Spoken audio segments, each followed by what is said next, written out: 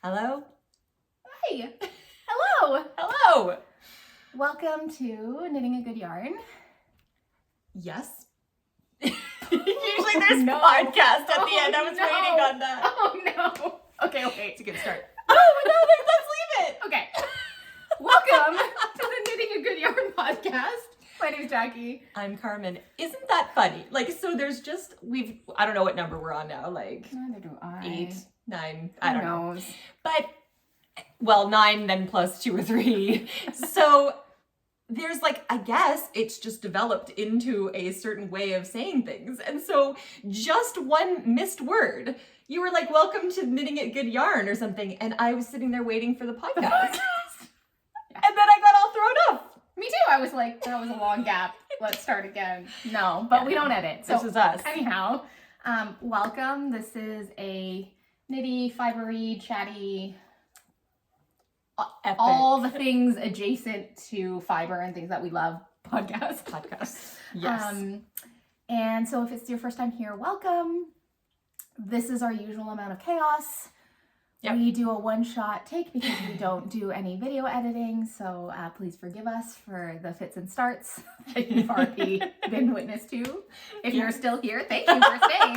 We're just like, okay, these girls are a total mess.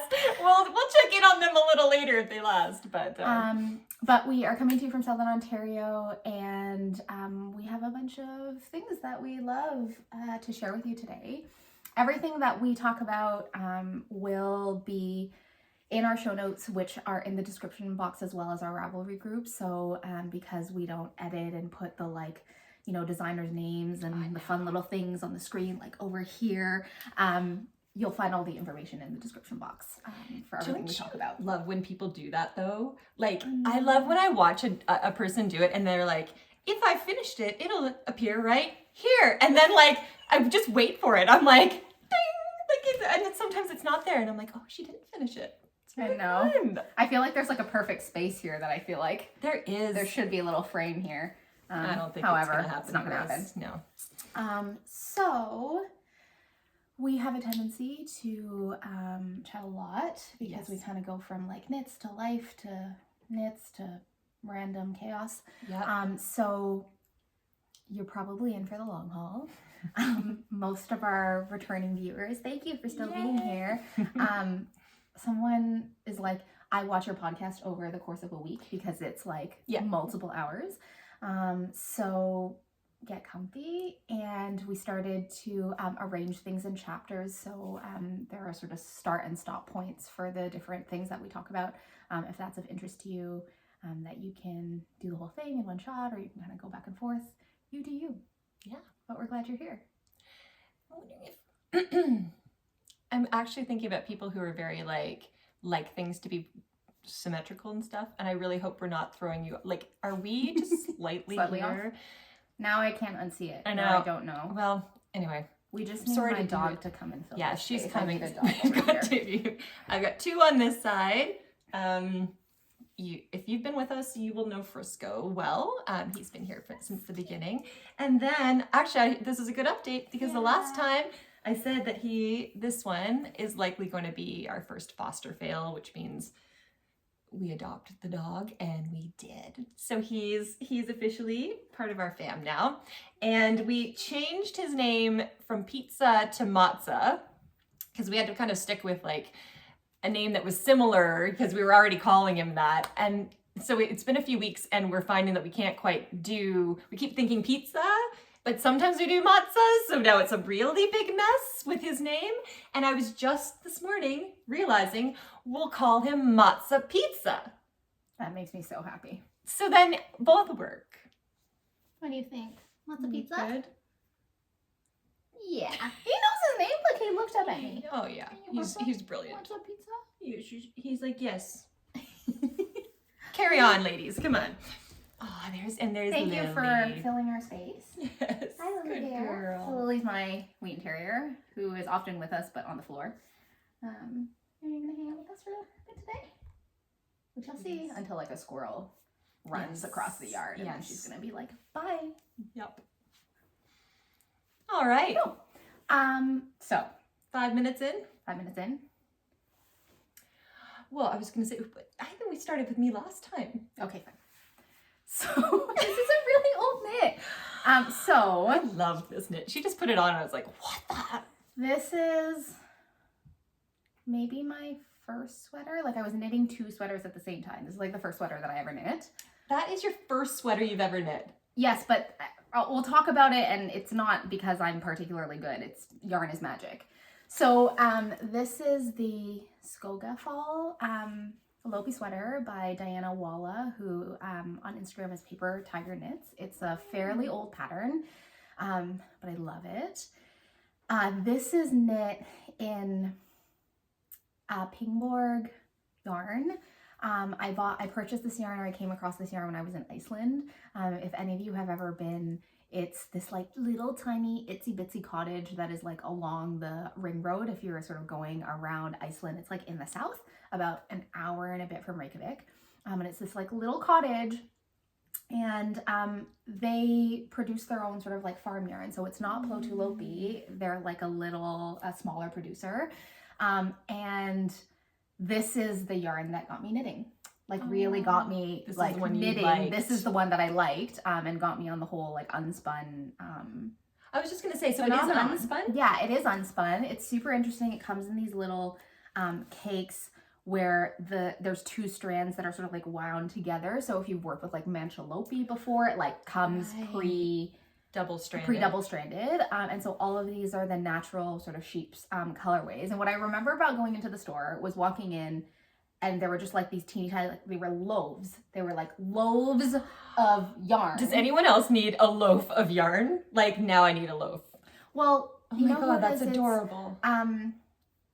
One of our friends from the Serenity Knitting Society, Alex, she talks about Nutiden as being plumpy loaves. And so now I was like, that's exactly what it is. I like walked in the store and there were just like loaves of yarn. Yes, they had like lace weight that was like, you know, in a skein like hung on the wall, but I was like, what are these loaves? And I picked one up and I was like, oh, this is coming home. It's amazing. And it was so sweet because the person who was there like barely spoke any English. And I basically showed Ravelry and like pointed at this sweater and was like, and she just like picked up a bunch of loaves. And because they didn't have at the time anything dyed that was like unspun. It was just the sheep's color. So she just like pulled a bunch together in a basket, and we carried the basket like up to the till. And that was how I became like a knitter. Well, no kidding. So this is knit bottom up. It's beautiful. Bottom up you started? I know. Well, I didn't know any different. Jeez. Knit bottom up, and then you do the arms, and then you connect the yoke. I don't really remember very much about the pattern because it was like a while ago. What I do remember is that I think I added short rows in the back, like yourself? It was because Ravelry, people on Ravelry like talked about it, and I like tried it on and I felt like it was like really open, and so I like figured out how to make it. I don't think, maybe it wasn't short rows, maybe I just like added some more repeats or something crazy. Anyway, Lopi is amazing. Like I think Unspun Lopi is the best way to do color work, because it's just super duper forgiving and it like plumps off. But it looks perfect. Like it looks like each stitch is perfect. It's really not, but it really looks like it. Like if I got close, you would see that it's lumpies and bumpies, but it's okay.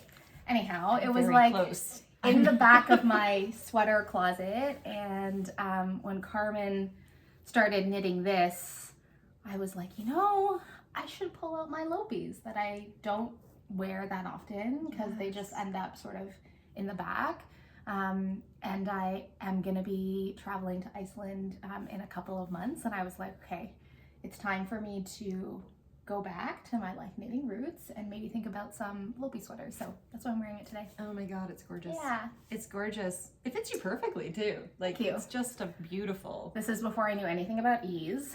So I can only wear this next to skin. I was gonna say, and how does that feel? No space. Yeah, like with the, because it's not, this isn't the softest. I mean, we've talked about how like soft is a weird word to use, but it's definitely, it doesn't have Nutiden's feeling. No, so this is, well, it's interesting because I worked with this, and then because it was so amazing, I was like, now I'm gonna go get like Let Lopi and Plotu Lopi. And my experience is that this one still has that rough rusticity. But I couldn't tolerate, like I couldn't wear Let Lopi. And Plotu Lopi I could wear, but this one was like it's softer somehow. And it's interesting because when I think about the little cakes, I think this I guess like farm yarn that's not produced by that same company, it's airier. Like it knits up to like a bigger gauge. Yes. And so I think if you are somebody who's interested in Unspun and want to try sort of a more rustic version, my recommendation is like knit it at a larger gauge than normal, and that'll sort of help. So this I'm completely fine with to wear next to skin. I'm aware of it, right? I don't put it on and think like, ooh, it's a cloud. But I don't have any problems with it whatsoever. Cool. So yeah, that's really if you're going to Iceland, if you're aware, like I knew I was gonna wear this today, and I was like, let me see if they have a website. They don't have a website, or they have like a website that's like all in Icelandic, and they have like a Facebook page. So I am not going to be able to link anything, but I'll leave the name for any of you who are like maybe in the area. There, go south. Go south. Ring Road. Ring Road. It's on the south side. Like you actually can't miss it, and it's very, very cool because they have like the little shop, and then they have all of this Fibre related. They have like a Fibre museum kind of stuff. That at that time, as a non-knitter, having like, you know, made a couple of dishcloths and a couple of like cowls out of acrylic yarn, I was like, I don't know what all of these things are, but I'm really excited to kind of go back because now I feel like I know, like I'm gonna be able to look at things and be like, oh, with a different language, right? Like, that's so I sort of understand. So yeah, it's beautiful. It's Lopi time, and I'm gonna try this on later. Yes, because I love it. Well, we'll do that. We'll do a switcheroo. But okay, now that we've finished my sweater, but there's both. Like they're both gorgeous, you know. And there is this like color work kind of. Yeah. I don't know about you. And again, for those of you who have watched, I've been in a real like cable phase. Or have it hasn't left. Cables are always. They always have my heart. But I was really into cables. And then lately I've gotten back into color work, and there's just something so rhythmic and fun about doing. But actually it'll be good because I've got 2 color work sweaters I'll show today. One was an absolute joy to knit every stitch, and the other one was a slog to knit. And I mean, I had to do it twice, so maybe that's part of it. But that one had problems. That one, so the story of that had a lot of twists and turns. Yeah, for sure. And this one was the opposite. Like this was okay. So I should start. This is called the Claire de Lune. Just Claire de Lune, I think. It's by the Petite Knitter, who's Wei Chin Chan, and not to be confused with Petite Knit over in Denmark. I think she's in Denmark. The Petite Knitter is a Canadian living up in the Arctic. She's amazing. She makes the most beautiful sweaters. She's one of these people that I think that even if you didn't knit, like you could appreciate her like feed, her Instagram, like her whole aesthetic is just goals. Beautiful. It's so beautiful. Moody, neutral, neutral, cozy. But yeah. Oh, I have so many of her patterns, and I haven't knit anything before. I think I'm gonna have to knit this next. But like if you went to my Ravelry queue, it's just like everything that she's made is cute. Yeah. I mean, it is that way. Do you know, I had 2 test knits that I was furiously trying to finish, and then of course I'm like, no more test knits, which is what I always say. And anyway, but then Wei Chen put out a little like email about another one, and it was like, but it was only that down to here, like the yoke, and I was like, oh my god, like, and I asked her, I was like, if this is a full color work sweater, I'm doing it. Like, and it turns out it was just the yoke, and I was like, I can wait on that, but I have to tell you, a full color work, I just felt like doing another one. You can knit another one, and I'll just have it. I will knit another one. Or I can just have this. Look at this. This is what happens. I'm so tall. Oh, it's so perfect. Like, oh wait, see, you can see. So I made this, as you'll see. It's very low contrast. It's not my standard. We pulled my coffee table in here. This was not a good idea. Like, I cannot get up. Like, she's trapped. She's trapped. Okay. Hang on. Okay. Anyway, you're getting the sense. I also have pictures on Instagram and Ravelry. The story of this sweater had a lot of possibilities for its for the combos I was gonna do. So it's two colors. I used a gray, like kind of a brownie gray, and then a green. Originally I was going to do, and I'm gonna do it still, a beautiful like foresty dark green with like a mauve color. And I've got the yarn for that. But in the midst of this other sweater that I was knitting that went wrong, and I will get back to that, I was going through all of my colors. I'm like, maybe I'll make actually more of a natural color one, because I'm part of this, the Long Way Homesteads yarn subscription service. So I have all of these different like beautiful Canadian wools in singles. And so I was like, oh, I have a few of the DK because it's a DK weight sweater. So I was lining them up anyway, pulling out whatever I had, shopping my stash, which we've talked about before, but is one of the benefits, I think, of buying wool. I mean, I think whenever I buy wool, I have an idea of most of the time I have an idea of what I could make with it. I rarely make the thing I think that I'm gonna make, but sometimes I'll just buy it just because. And then the nice thing of that is like you go to your own closet or shelf or whatever. I love the different shopping things. her stash. I'm just like, it's so fun. yeah. So I pulled out all I needed. For me, I needed 4 DK skeins. That's what it had called for. This is the size 2. I knit the size 2. It had called for 4. It didn't take all 4. But so I basically was kind of stuck with that amount. I'm talking about another sweater at the same time, but at this time, I pulled out this. I had 4 of these little gray ones.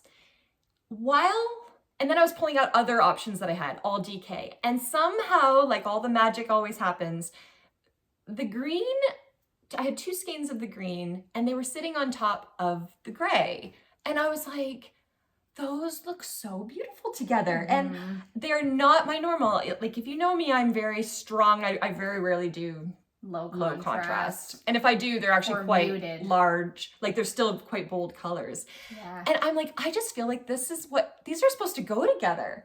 And they're not we've talked about this too. Like, I don't think they actually suit me color-wise, but I love them so much. So what I ended up with, I love my like twists around, twists and turns to the story. Yeah.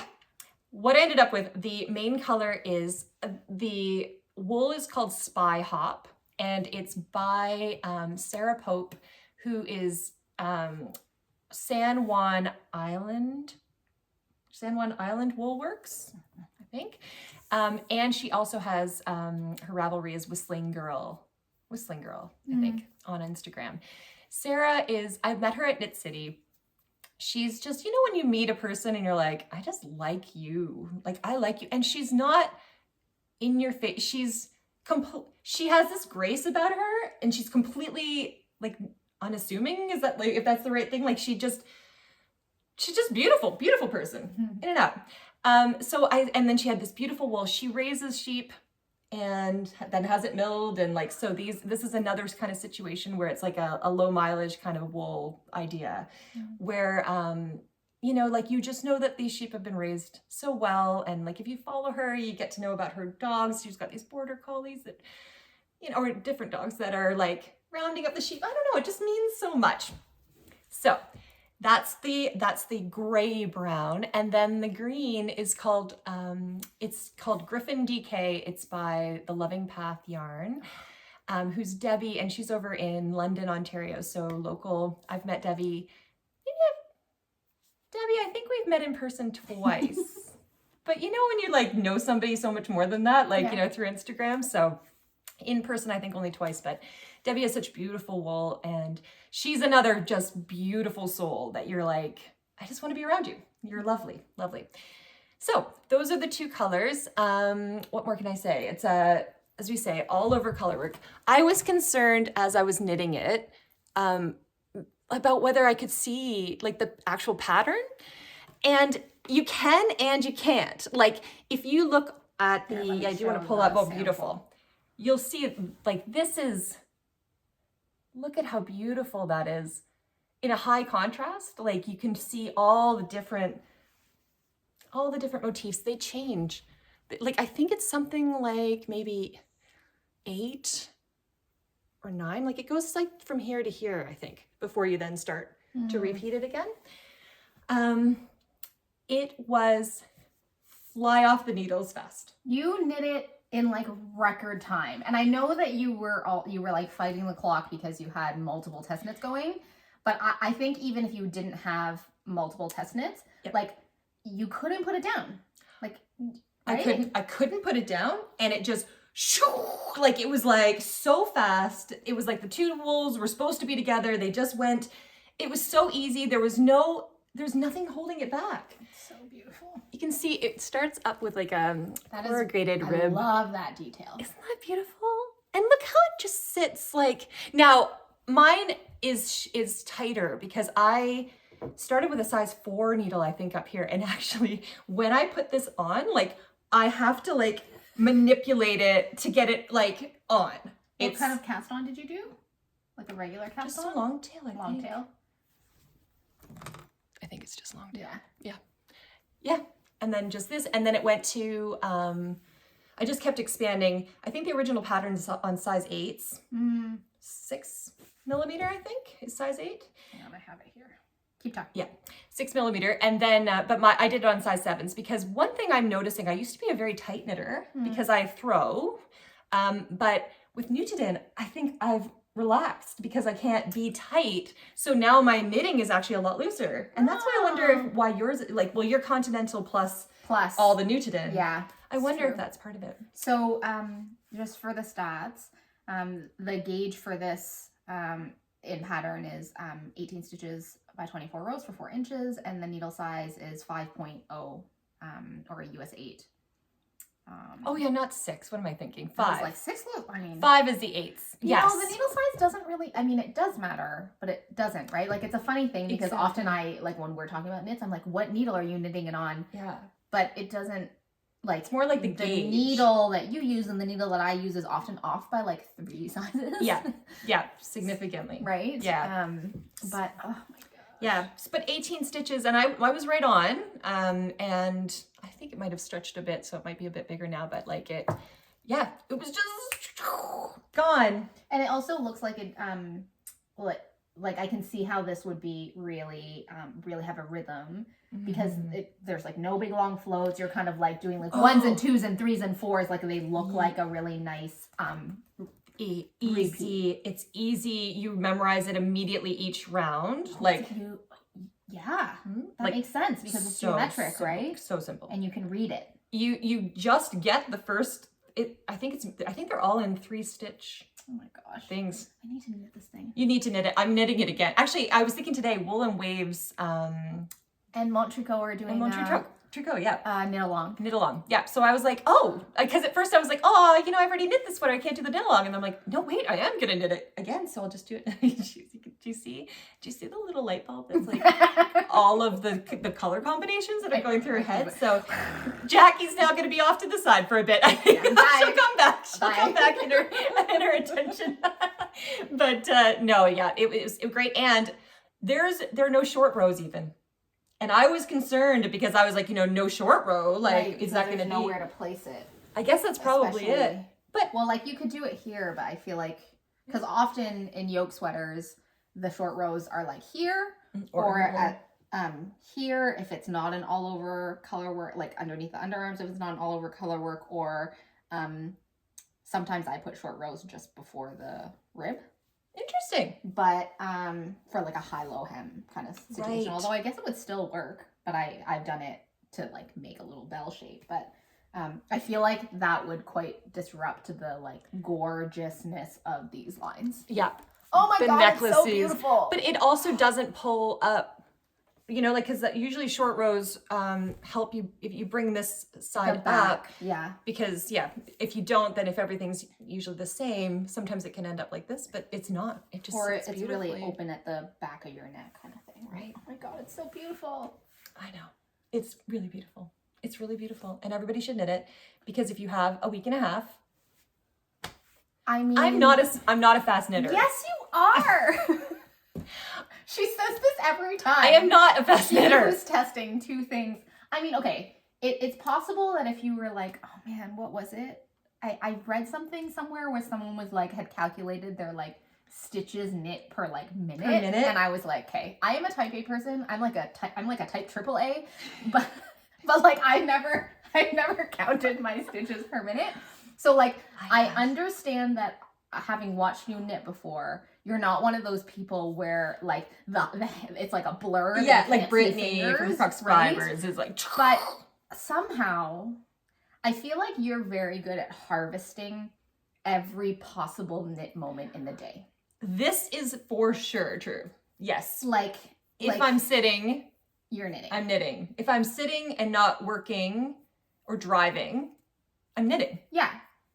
And I feel like you're like, so for me, I tend to knit in these like intentional blocks. It's like, okay, now it's knitting time. And so like, depending on what my schedule is and like, you know, how busy life is, I usually will have touched my needles for a short period, but like I won't touch my needles unless I have like time. Whereas I feel like you're like 30 seconds, I'll knit. Like 15 seconds, I can do one repeat, you know, like if I'm waiting in the car for kids, like if I got there 2 minutes, if I happen to drive and I got there 2 minutes early, I've got my knitting. I'll just knit. Yeah. And this is the perfect pattern for that really, because it's like you can read your knitting. You don't have to like get to a place to start. I don't know if you guys do this, that you like are like, I must stop at this part of the pattern, otherwise I'll forget or I'll like get lost. Whereas I feel like this one is one of those ones that really is a pick up and knit kind of thing. Pick up and knit. Well, you're gonna have one very soon, because I know you're gonna make one, and I'm gonna make another. I'm gonna make another. I love it so much. I love this sweater. If this yarn wasn't so precious, I would be trying to negotiate so that you just did a bright high contrast one, and then I could just. You know, like, Jackie, that you're worth it. I probably would. I wouldn't do that. It looks so good on you. Okay, so I want to have this conversation though about you thinking that it's not your colors. Okay. Yes, please. Because yes. So, she casts it off. She's like, I finished. Her gorgeous photos go up on social media as they always do, and I'm just like, okay, drop everything. You need to have it. And then she sends, are you okay if I sort of show? She sends me this message. She's like, I don't know if it's like flattering. Like, I don't know if it's like, and I'm just like, what? I don't understand. So this is a theory. And I like, and I've started to, since we started talking about it, I've sort of been noticing it in myself and sort of like applying it to myself as well, which is that I think, you know, we have an image of ourselves that we see in our mind. Yes. Right? Like, what is your image of yourself that you see in your mind? I still think I'm like in my early 20s. I still see myself as my early 20s. Totally. Right? Like mid-20s maybe. Me too. And I feel like I see myself in a particular color palette that I'm accustomed to. And on a good day, I'm like, that's beautiful. Right? But since meeting you, you've like stretched my color palette and I put things on that I can aesthetically see maybe are really good for like my coloring or whatever. And you guys have been so generous in terms of like, that is your color. Like someone was like, you should be wearing red and burgundy like constantly. And I'm like, I don't like those colors in my head. Yes. But it's like this weird dichotomy between like, is something beautiful because it's just beautiful in a, I don't want to say flat kind of way, but like objectively, like, I don't know, like the cool and the warm and the seasons and the whatever, like, is it beautiful because of that? Yes. And are we limited in our ability to see things that are beautiful because sometimes what we think of as beautiful for us versus objectively beautiful are two completely different things? Yes. Like, because I think you have such a strong color sense and such a palette that you're comfortable with, which tends to be like bold and jewel tones. Yes. And not this like earthy, low contrast. Yes. And so I do not at all think that it's unflattering, but I do think that it's a different look for you. And so it's like, are you not sure about it because you don't think that it matches your colors, or are you not sure about it because you have a sense of like, these are What's my this look colors like? and I'm supposed to look like this. Like, does it match your internal image of yourself? Yes, it's really know? great. I like when you responded that way, I was like, it has made me think. I will say that there are certain colors that I put on and I look like I should go to the hospital. Like my face goes, the color of my face goes Juan and ashen. And then I put another, so the second sweater I'm going to talk about, this is where it came out of, because the pictures for it were, I felt, and maybe it's because after you've talked, like, maybe it's because it's what I'm used to, but I felt like I looked so much healthier in those pictures versus the ones with this one. Because of the coloring, I don't think that this does well with my coloring. But that being said, you do, and I know that, like, I respect, and I know, like, you know, we're good enough friends that she would let me know in a very kind way. I would. She would never tell me if it wasn't what she thought. Yeah. Yeah, particularly since you're a doctor, so it's extra. You're like, Carmen, what's wrong with you? You're so sick. But my mom came over today because it's March break and the kids are home, so they couldn't be here during our podcast because more chaos than usual. And she walked in, she goes, "That looks so beautiful on you." She's like, "That is your color," and I'm like, "What?" So then it made me even extra think, like, yeah, your mama said it. And my mom is also not a person that would ever say it. She's not gonna tell me if she doesn't believe it. I mean, I do think I've been thinking, we had this conversation like 2 weeks ago, and now I see the world and I'm assessing color in sort of a different way. Mm-hmm. And I think part of it is also like backdrop is so important, mm-hmm. right? So thinking about like, I think we should show your sweater next. Okay. After, I think we should go straight to that one because we're already like That's there. True. But thinking about, for example, like your finished object photos are always gorgeous. However, like what's the backdrop? The backdrop that you're in right now, because it's like Canadian winter, and you know how like color work is about like making something pop, right? So we also have to think about how things look, like what's our backdrop and how that like brings up a particular color. Yes. Because when you first said it, I'm like, but my backdrop's the same. But it's the same, but that might mean that, and plus it's not the same because of course there's always different color of the sun and stuff. But you're right, because it's so, everything right now is white and gray and brown. Yeah. And it's like when I did those pictures with the my bright pink and it was in the midst of brown and it was like, I mean, it is like that, but it was like, Yeah.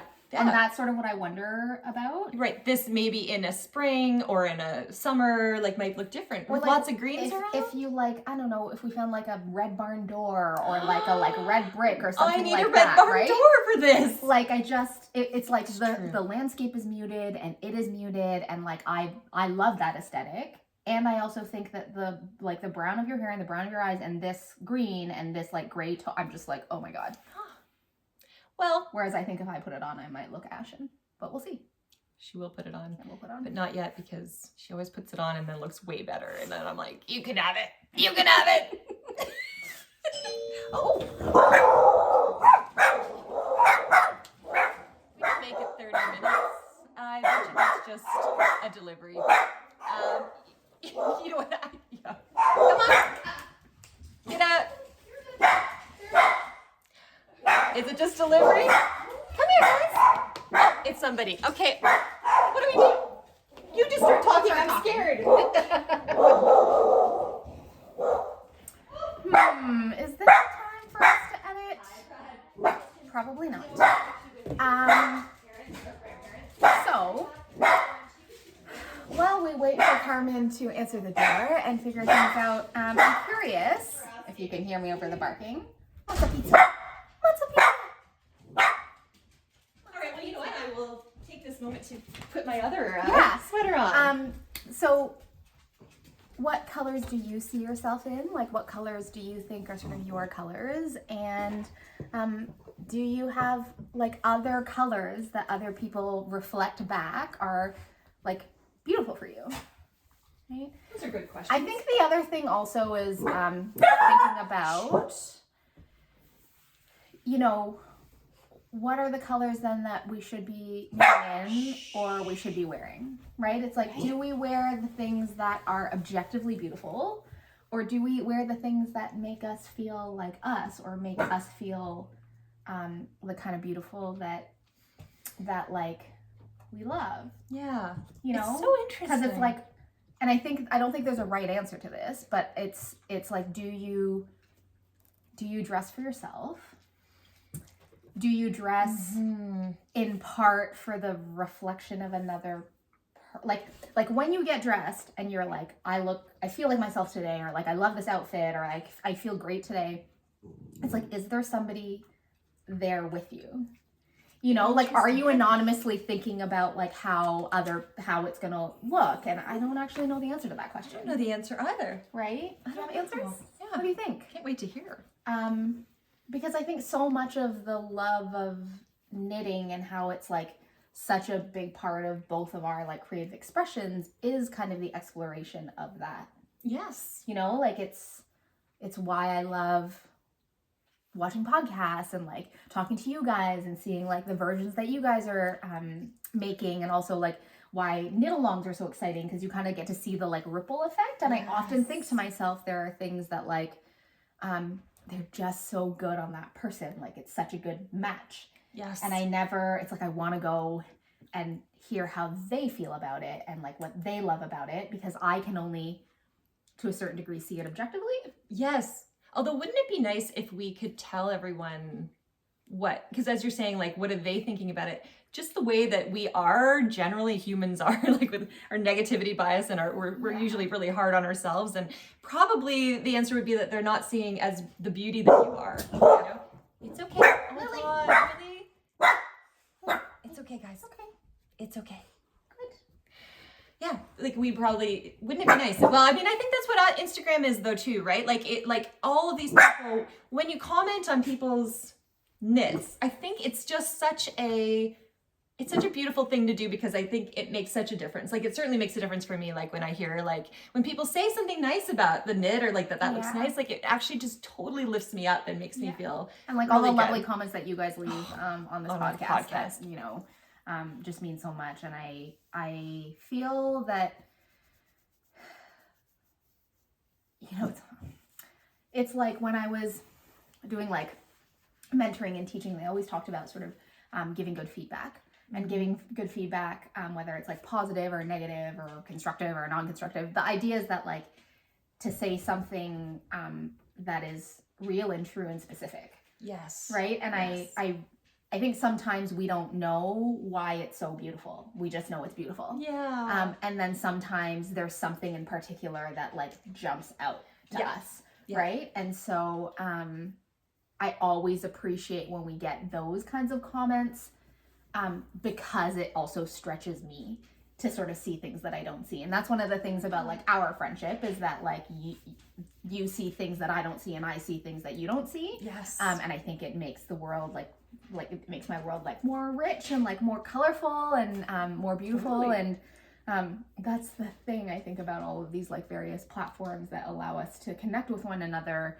There's the connection that's the seeing something and being inspired by it, often in ways that like you don't even know, kind of like a color combination like makes its way into your like creative space, and then only after you knit it and you're scrolling through, you're like, oh, I just knit that same sweater as the other person and didn't realize it, thought it was my own thought, not right.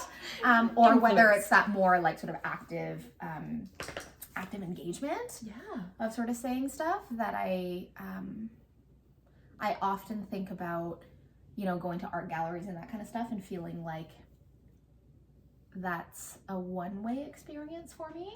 And what I love about our craft is that our craft, at least because of, you know, especially since we started to come out on this podcast and talk to people, is like, oh, now it's like a community experience. It is. It's a co-inspiration experience. And I will always continue to go to art galleries because I find it super inspiring, but I think equally inspiring for me is the volley. It's the back and forth. Absolutely. Right? And isn't it also just so much more interesting to go to an art gallery with other people, or listen to other people's It's true. There is this like connection. Yeah. And actually, it's just making me think I have a whip right now that I was going to show, but I'm not going to show because of exactly what you're saying. It's in a yarn that Brittany's made by Crux Fibers. I'm sure you guys know how much we love her, but I have this beautiful like red, and I want to share it with Jackie and with our little knitting group all at once. Like I want to kind of just have that, and yeah, so it's like I'm knitting, also thinking, oh, I can't wait to like share this with my group. Like it's fun. Yeah. Okay. Can you start talking about this? And I'm gonna put this on because I just cannot. All right. Well, first of all, okay, we could do a little experiment. Do you think this looks any different on me? And when I say that, like I mean in terms of my like face coloring, do I look healthier in this than I did in the other one? I think I do, but now don't know. So I'm guessing. Muted backdrop. True.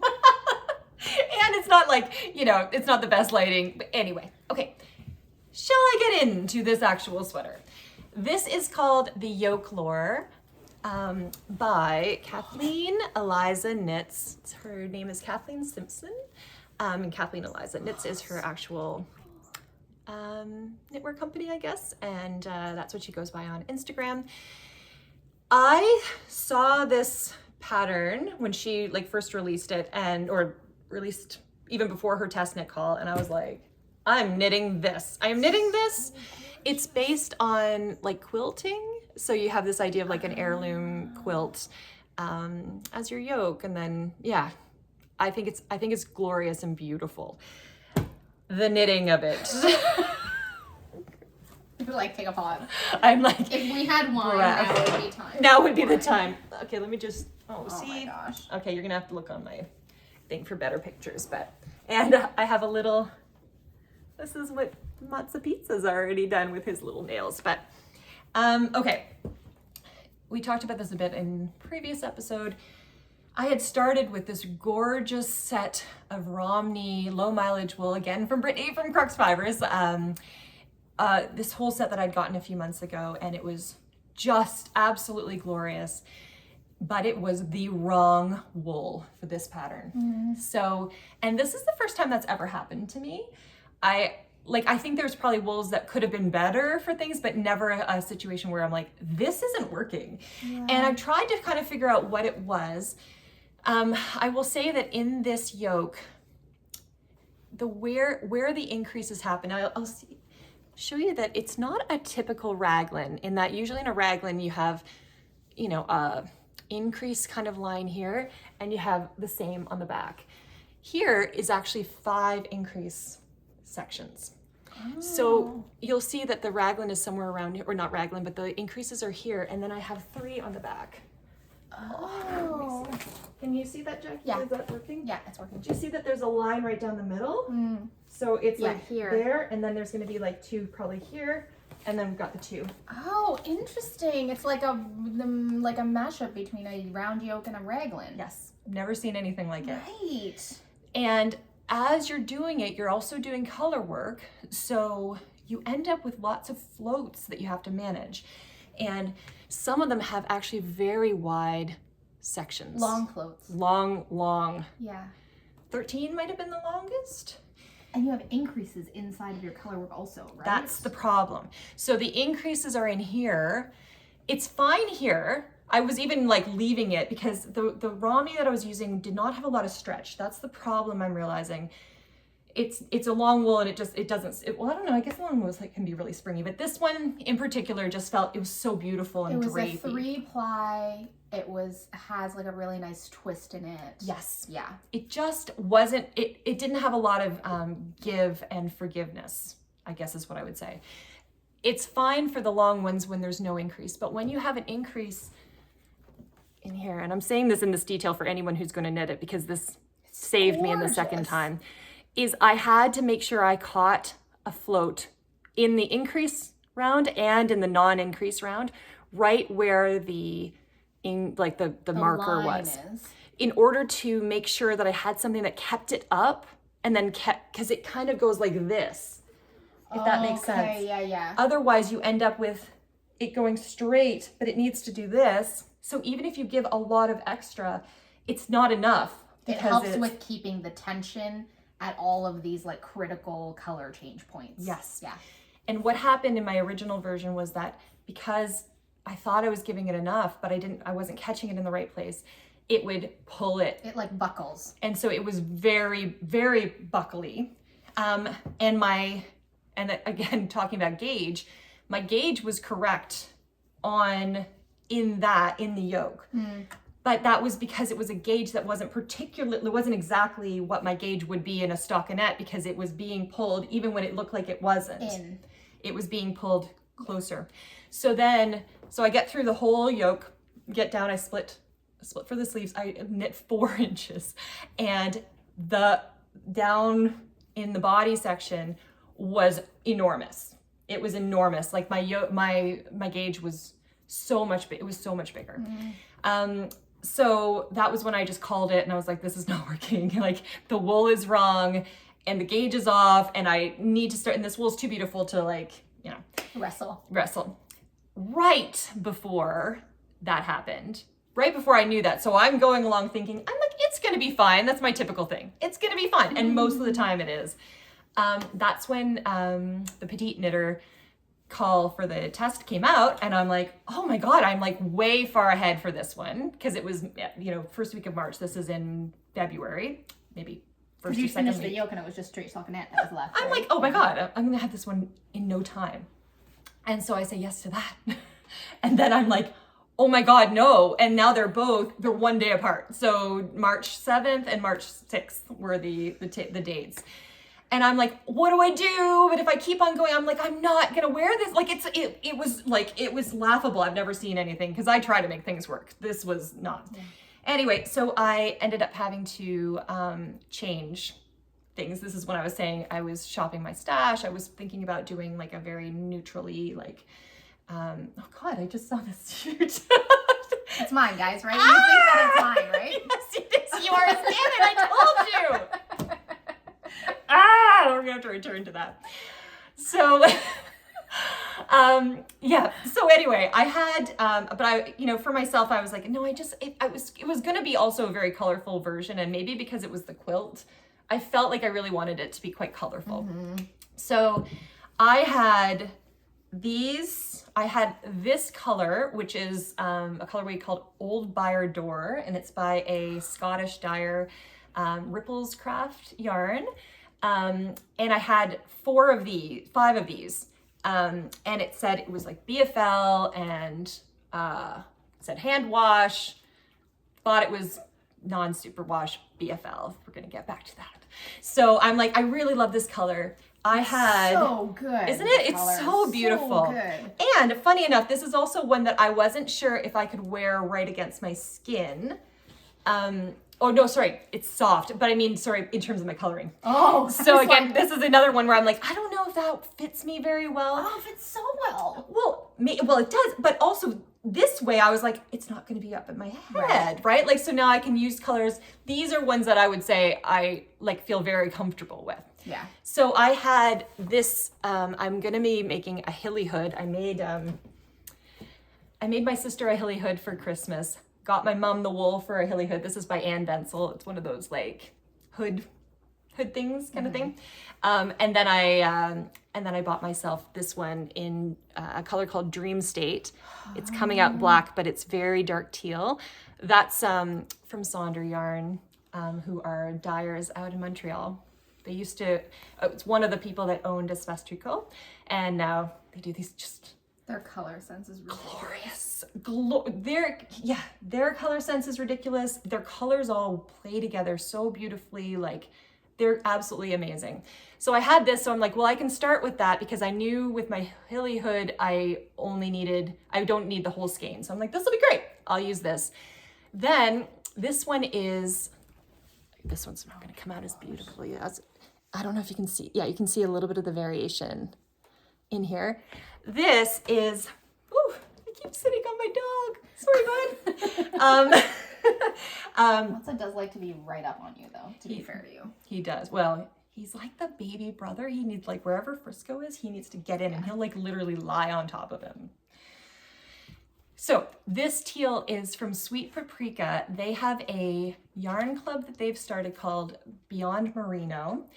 It is to help people kind of explore other, I mean, merino wool we know is like, it's the #1 wool in the world by so far. Like it's like 95% of the world's wool production is merino. Well, not 95, but something like 90.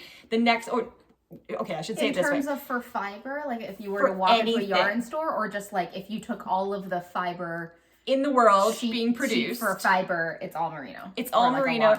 Well, okay, so there's merino, whatever its number is.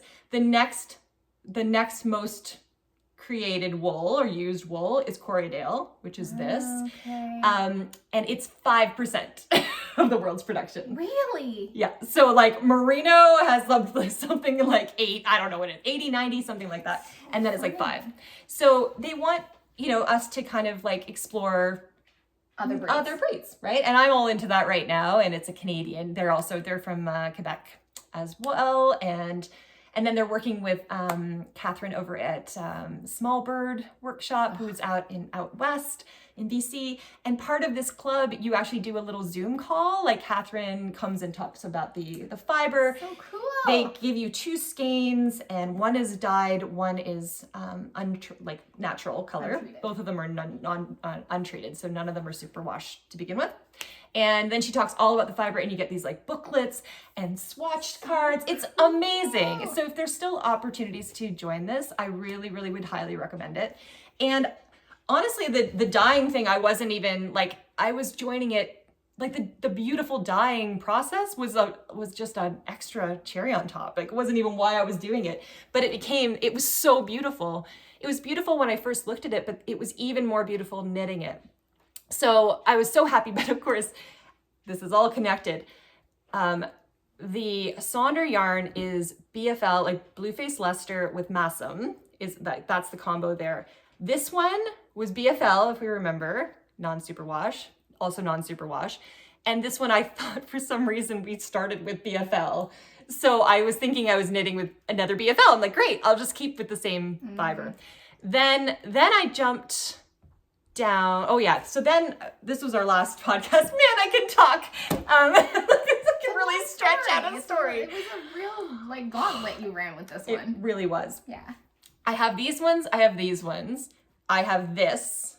And then I had a colorway that was a similar colorway to this one, but a little darker, that I was hoping to get, that I'd already had from Crux Fibers, but in a different blend. So I couldn't use it. It was the wrong weight. But I'd ordered that from Brittany, but it hadn't come. And anyway, Can I ask a question? Like, yes. So, because you had this color palette, it sounds to me like you had a color palette in your mind, in the sense that like you had some stuff that like you had in real life, you were looking together, but you needed to fill a gap. Is that correct? Yes. Okay. That is correct. And how yes. did you just know that like, how do you just know, okay, you know what's gonna fill the gap? Like, you know what's gonna go perfectly? Like, yeah. I wish I could say that I was like one of these people that has like perfect pitch, you know, people that can be like, oh, you'd like a G, like a middle G, you know. I'm not like that, but I knew some of, like, again, I had some parameters. I really liked how these worked. I really liked how this worked, and I liked these together. And then I had these other colorways. I did have the Love Story, and I do like a pink and an orange. I like that kind of look. And so I was doing it that way, and then I was working backward. Okay. So then this middle one, which is a purple, it's probably looking gray here, but it's a gray purple, but beautiful. Yeah, it's called cool. Ritual. It's another Sonder yarn. It is what my mom's hilly hood is made out of, and I knew she would have a little extra because I knew how much the hilly hood took. So I got that from her, and I'm like, oh, that's perfect. So now all I need is this one here, and I don't know how it worked. Maybe Brittany didn't have, for some reason that didn't work out for me to get the Love Story, which is that colorway that I just love so much. In the right weight. Base. Yeah. And yeah, so I remembered Ghislaine Yarns, who's Chantal, who's also in Quebec. And this is like a real Quebec kind of sweater. Yeah. I made a Koivua from her, Koivua? because we always get the Koyame, always like between the two. Koibuo by Caitlin Hunter, way back. I almost never wear that sweater for various reasons, but not the wool. The wool is absolutely, it's unlike anything. And I met Chantal at a Fibre festival and felt this wool, and at that time she's like, it's untreated, it's like non-superwash, and at the time everybody was superwash everything, and I'm like, non-superwash, okay, but it's so soft. Now, Jackie, I just want you to feel like across the different things. Yeah. Do you see how it's just something different? It's extra soft and poofy. It's like I just want to, I want to put the entire thing, but I would happily need a sweater in this. You need a sweater in this. Like, I'm getting more. Maybe you can even see if it, oh, you can't, but oh my God, I could tell you when I touched. It's poofier than the rest of them. It like is if poofier. We were to maybe when you take it off, we'll sort of do this. Yeah, thing. horizontal kind of thing. I do think it's poofier. It's poofier. And it's just wonderful. So I was like, so she had this color in stock, and now what you're asking about, I bought a few others because I was like, all I need is a single skein. I'll try a few versions and see what it ends up being. And so this one I loved the most. And I knew this one, I was like, okay, it's merino. And I'm like, that's okay. Everything else is BFL, and merino and BFL you can mix. But I was all like, look at me having my like whole thing in BFL. So, okay, fine. I'd go along, and then I realized, oh no, that one's Corriedale, so that's not BFL. And then this one's merino, fine. And I start knitting then into my main color, and I'm knitting along, and I'm like, again, now I'm very mindful this time about the gauge because I knew that this was going to be most likely, even with the stretch, it's going to be a bigger gauge here than here. Smaller gauge up top, which is actually kind of, is that opposite from Yokes? Like normally in Uh, color work, you go up a needle size. So it's usually tighter anyway. Yeah, okay. Above. Right, so that's the same here. So I ended up knowing this, but it was really big. And I'm knitting, and I'm, again, still having a gauge. I think this one's 24. I was around 18, I think, down here. Oh, that's huge difference. Huge. Is that still Yep. post-blocking? Yep. I can't tell, It's probably even more I can't post-blocking. tell. I know, but if you take like an inch, it's like 4. Yeah, okay.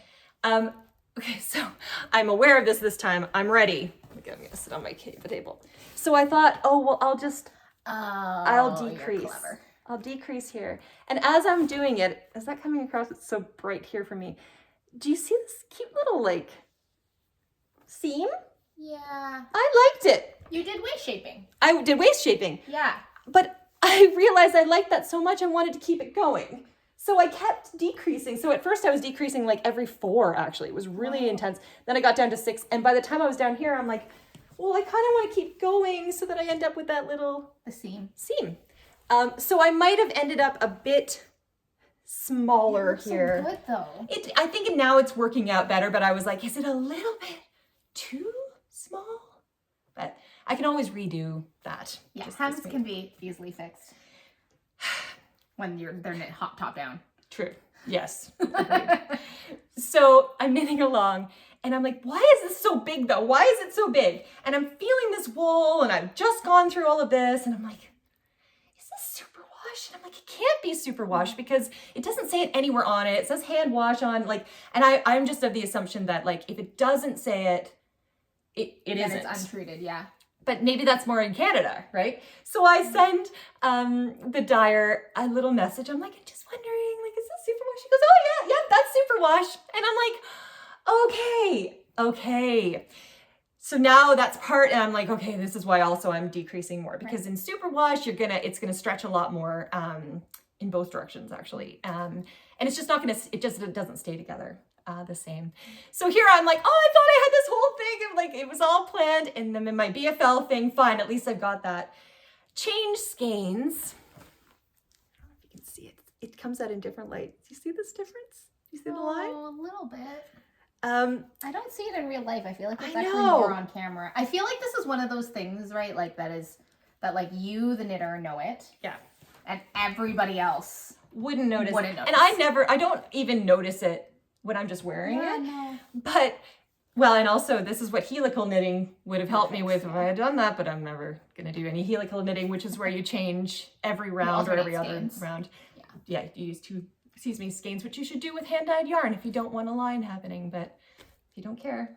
Oh, I didn't even think about that. Yeah, it would have helped, but in any case, what it also would have done would have been for me to realize sooner that not only were my skeins superwash, but actually while what I thought I had 5 skeins of, all the same, it's just that the first one I picked up that said BFL, the other ones were merino.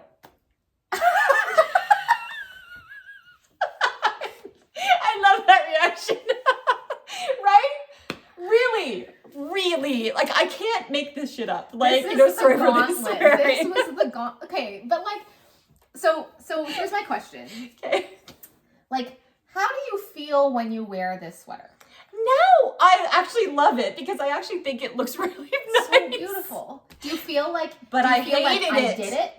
Like, is there a sense of accomplishment? Like, does all of this story and you moving through it and all of the like unexpected twists and turns and you're solving it and you using your skills to kind of troubleshoot, does that come to mind when you put it on, or have you like left that story behind and now it's just like an absolutely freaking gorgeous sweater? I wish I'd left the story behind. I think my answer is in the more negative side, unfortunately, which is that when I first look at it, I'm like, ugh, like just to like, because I'm remembering, I did not, and remember now, by the time I'm getting these wools, I've got a week and a bit to knit this thing. I knit this in a week.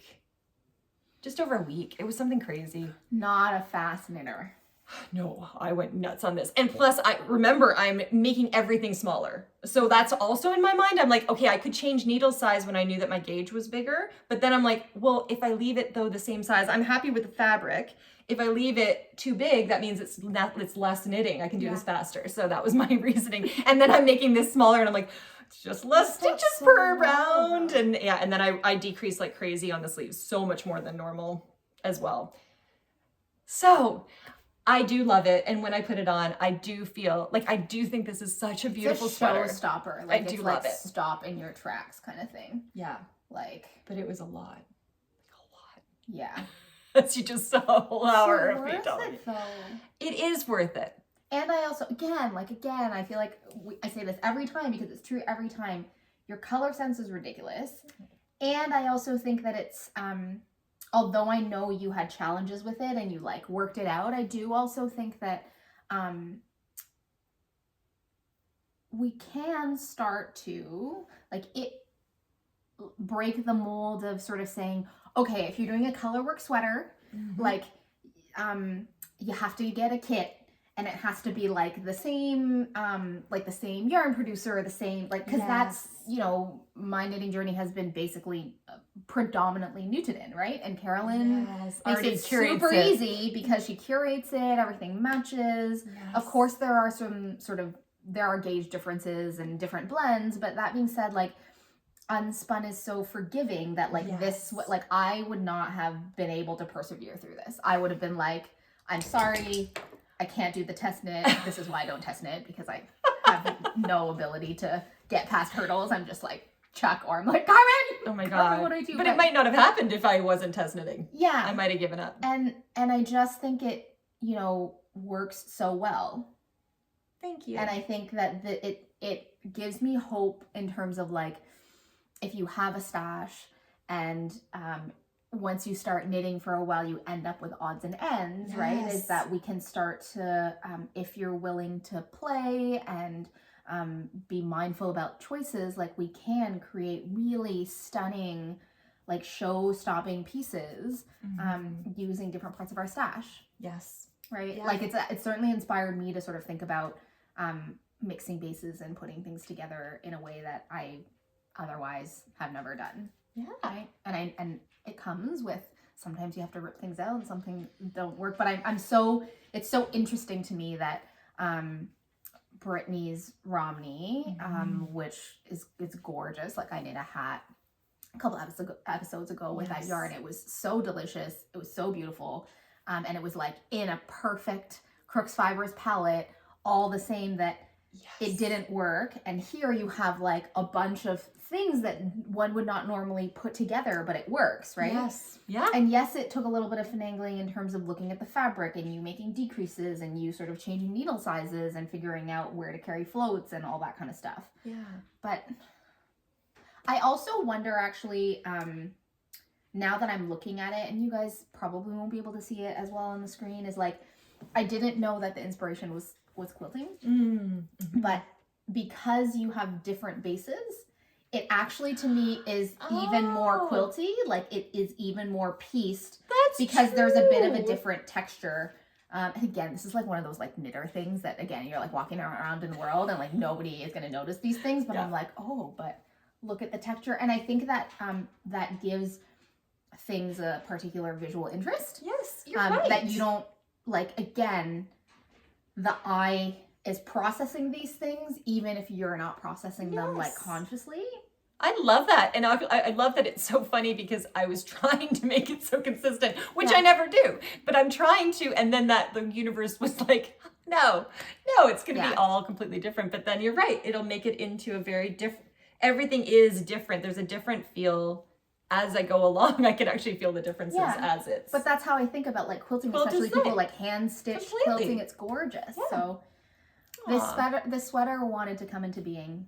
It did. It did. It's so good. And I mean, I guess I should also say that, like, regardless of how I was like, you know, trying to knit it, it still was very fast to knit it. So it's not like it's, it goes quite quickly. Yeah. Yeah. Wow. Stunning. I want you to try it on, but then I feel like, again, I'm not going to like mine. No, but see, like, I look on screen, and I'm like, there's Carmen's garment. Yes. And here's my garment. It is true. It is true. Just shamelessly angling for the sweater. You heard Although I really would like to knit it. But again, so I look like, see, it's funny because I feel like the level of contrast and the like tones are totally mine. But again, I don't know, like sitting here, like obviously this one is just like my eye is drawn to that one. Right. Right. It's asking for that. It's so bright and beautiful. Yes. That it's like, you know, when I go into my closet, because of my aesthetic, I would pull this one out. Right. You would never touch, this one wouldn't even be in the closet. No. Yeah. Although now I want one, right? But like, even if it were hanging there beautifully in my closet, when I go into my closet, I'm like, what do I feel like today? I don't think I would grab that one, even though, you know, if you did a side-by-side, this one is just going to be a little bit louder. It just is louder. It is, I mean, it literally is. Yeah, it is. Right? Because it's high saturation, it's high intensity, it's like got really graphic elements to it. But I don't think it would be fair to compare the two, and I don't think that it's fair to sort of say like this one is more beautiful than this one. Agree. You're right. They're very different.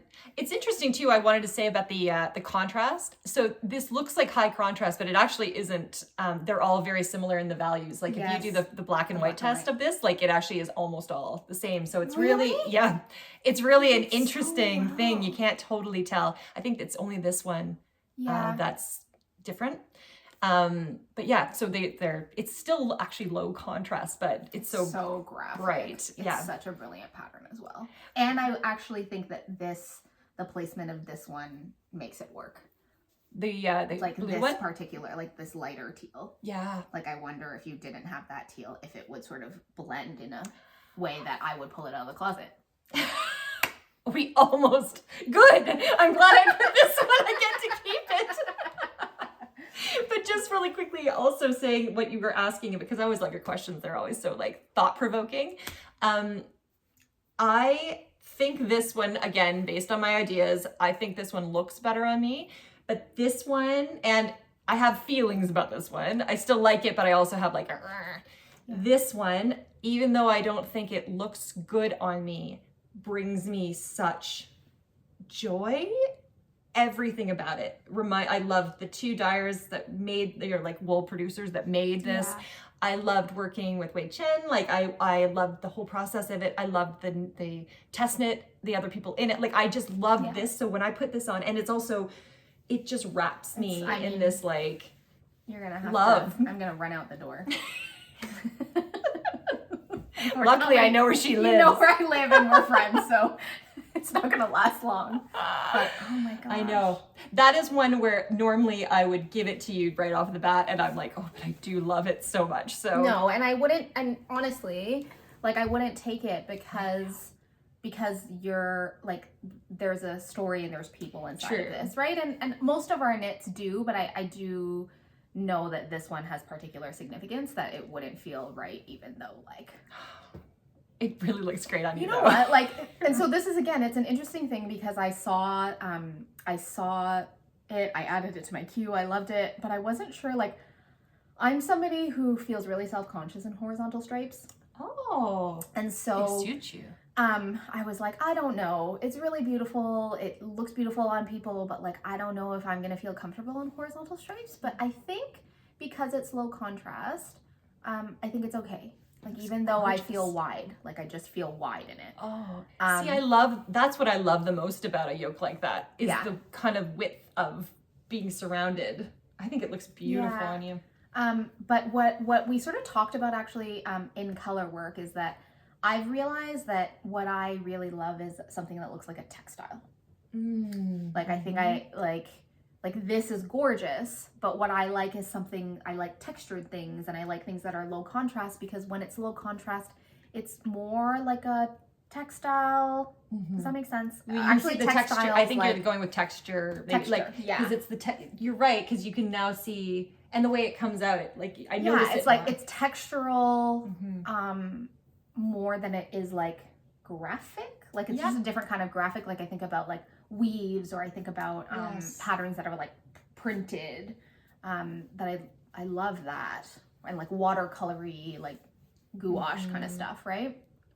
I do love it on you. Oh my gosh, I hope I get to keep it, but I don't know. You'll keep it. It's so good. You'll keep it. Yeah. Oh, wow. Yeah. So they got done. Yay me. God, I was like, this would be the first test knit I didn't finish. And I was like, I knew, like, Kathleen was, don't worry, like, she was totally, nobody was feeling like, oh, you gotta kind of do it. But it was personal really, deadlines. I really wanted to get them both done. And and no, I'm very happy with both of them. Now I don't know what color I should do now. It's like, I'm like, this is the problem with wearing it. I'm like, I want this exact one. Oh, and I should tell the like, it doesn't take very much. Like, so again, and I obviously it's all relative, but for a sweater, like a DK sweater, I was surprised. This only took, I knit size 2 in both of these. I think I wrote, oh no, I didn't write on the other one, but this one was only 2.4 skeins for the main color, and then 1.3 skeins. Really? For the green. That's so funny. When I look at this sweater, like, my brain goes, it's 50-50. I know. I thought it was 50-50. I thought it was, but it's not. And it's also really, like, it stretches. I don't know if it's because of the color work or something, but it just, it was like, it's also very drapey. I think that's the other thing that I really love about it. It's like, really, it has a really nice feel to it. That well, both of them, like, so the Griffin DK is also non-superwash from the Loving Path. So beautiful. That's the green. And then the Spyhop is just, I want more. Apparently she's got a black coming soon. Yeah, I love this. And I love the, as you guys well know, love me a turtleneck, a little mock neck. Yes. So good. Beautiful. All right. That was, maybe I should do all my, no, I'm kidding. Want to hear more about my rest? Want to know about the soft stuff? Oh, I just have 2 little ones, but no, like, you go. I was joking. Okay. So. I like when the smile starts, like, it's like, okay, she's ready. She's so going to come excited. tell us. I'm so excited for this sweater. Oh, I'm so excited for the sweater. This was one that she walked in with, and I was like, oh, I know exactly what that is. But I didn't know you had enough yarn. Oh, it's amazing. So this is one of the ones that I'm like, I don't know if this is going to show up on camera. Oh, yeah, it does. Is it? Yes, it does. But you might go a little bit closer maybe to the... Yeah, there we go. Does it show? Yes. Yeah. Yes, Okay, totally. there we go. So this is... this is glorious. That's what this is. So this is the Risley sweater by... I always called it Ryle. Oh, That's is so that funny. what it is? I don't know. Oh no. But it might be Risley. I just never thought. Maybe it is Ryle. Risle. Somebody tell us. Somebody help us. By Hannah. I'm not gonna get this right. Makachuska or something? Yes. So this came out in October. The pattern came out in October. It was knit in, it was part of the like Wool Folk fall collection. And the sample was knit. Like this was one of those patterns that I saw it stopped me in my tracks. I'm like, I need to knit this. I think it's the collar, like, oh God. So that's the sample. It's knit in like a, you know, total Jackie classic. It would be like a white cabled sweater. And I just love the pattern. But I don't know, I only knit with Nutiden. And I had a recognition that I have a lot of off-white sweaters. And when I looked at the sweater, I was like, this is something that I want to put into my work wardrobe. Yes, you've been talking about that. Because I have, at this point, so many garments, and I want to be able to wear, like, hand knits outside of, like, lounging around in my house, like, hiking, or, like, casual wear, right? Because I spend a considerable number of hours at work, and so I wanted a work sweater, and so I was like, okay. And you guys are actually sort of I don't know if you guys were, like, knew that I was auditioning this on the podcast, but we were talking about cabled sweaters, and, like, cream cables, and I was like, I don't think I want to do a cream cable with this one.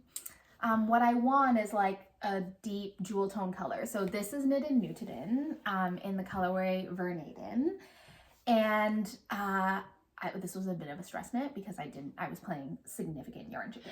Well, I didn't think you had, because I have Nutiden magic. 13 grams left. Yes. 13 grams of Nutiden left. Well done. So this was such a fun knit. It was such a fun knit. I can't wait to make it. So it's knit bottom up. You start with like ribbing, and then it's knit in the round, and then you split front and back, and you sort of knit this, then you seam it over here, and then you pick up the sleeves and knit down.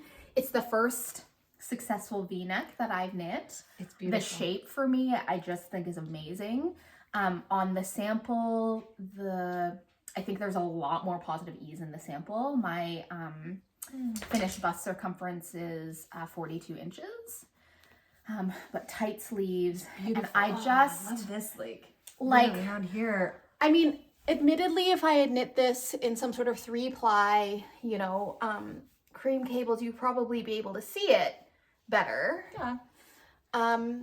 You got to work a little hard. But I love it anyway. Because so the beautiful. fabric that it made is so delicious. I'll let you try it on in a second and just like see how it feels. Yes. This was 301 grams of Nutiden, but Ver Nejden, older colorway, a lot less lofty, like long staple length in the breeds. I think that made it up. I knit this on a US size 3 needle. Jackie, that's like toothpick level. Number 1. The ribbing was a US 2. How did you get it done so fast? This is crazy. So I started this a while ago. I remember I was like knitting the ribbing during Christmas because it was like, I don't need to pay attention. But it flew off the needles because one, I was like, if I don't have enough yarn, I need to figure this out sooner. I was just so nervous that I was going to run out. And so I did like crazy calculations. Like I was like, okay, how many stitches are in every row? This is probably when you did do the this is when I did I was distance. Weighing as I went to sort of see how like if I did like, okay, if I knit an inch, let me like weigh it. Because the cable pattern, somehow the back shows better than the front. The back is looking incredible. The cable pattern is pretty consistent. Yeah. Right. So right. Here's the thing. I do think that, oh, there you can see it. Yeah. I do think, I mean, I'm biased, but I do think it's a showstopper. It is. Absolutely. I think that it's something that is really, like, it's less effort to knit than what you end up with. Right, because it looks like it's like a it lot looks really intricate. complicated. It looks like a lot of purling. There's a fair amount of purling. Okay.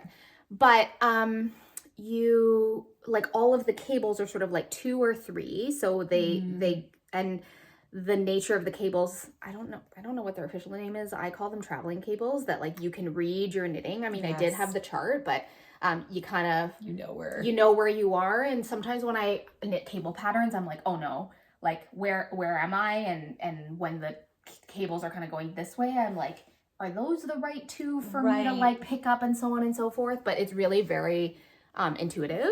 Yes. And there is a lot of purling, but you just want to see how it looks. And also the number of stitches that you purl is not crazy. At any given time. At any given time. Like that makes sense. And then once you split, then all of the purling becomes the knitting on the opposite side. So like once I split front and back, it like flew off. Yes. Because there were so many I love front and back cable knitting. And then same thing, the arms are knit, it's reverse stockinette. So again, it just flies off. So did you knit it and then turn it inside out? Yeah, I turned it inside out and just knit it. Beautiful. So I'm so happy with it. It's so pretty. Oh, it's such a nice shape. Like it has that, I feel like there was a while where that, like, I can't think of the term, but there was a term for this kind of shape where it would be kind of like a little bit, it's cropped, but it's like cropped in a specific way, and it's like it's gorgeous. I mean, I love I think the V-neck, and like it's a nice V-neck, especially think about work, because it's not like, you know, some of my other V-necks that I've knit, like they just sort of like fall down. Yeah. And then I'm like, right. Busty ladies, you guys, you know, it happens and you don't know.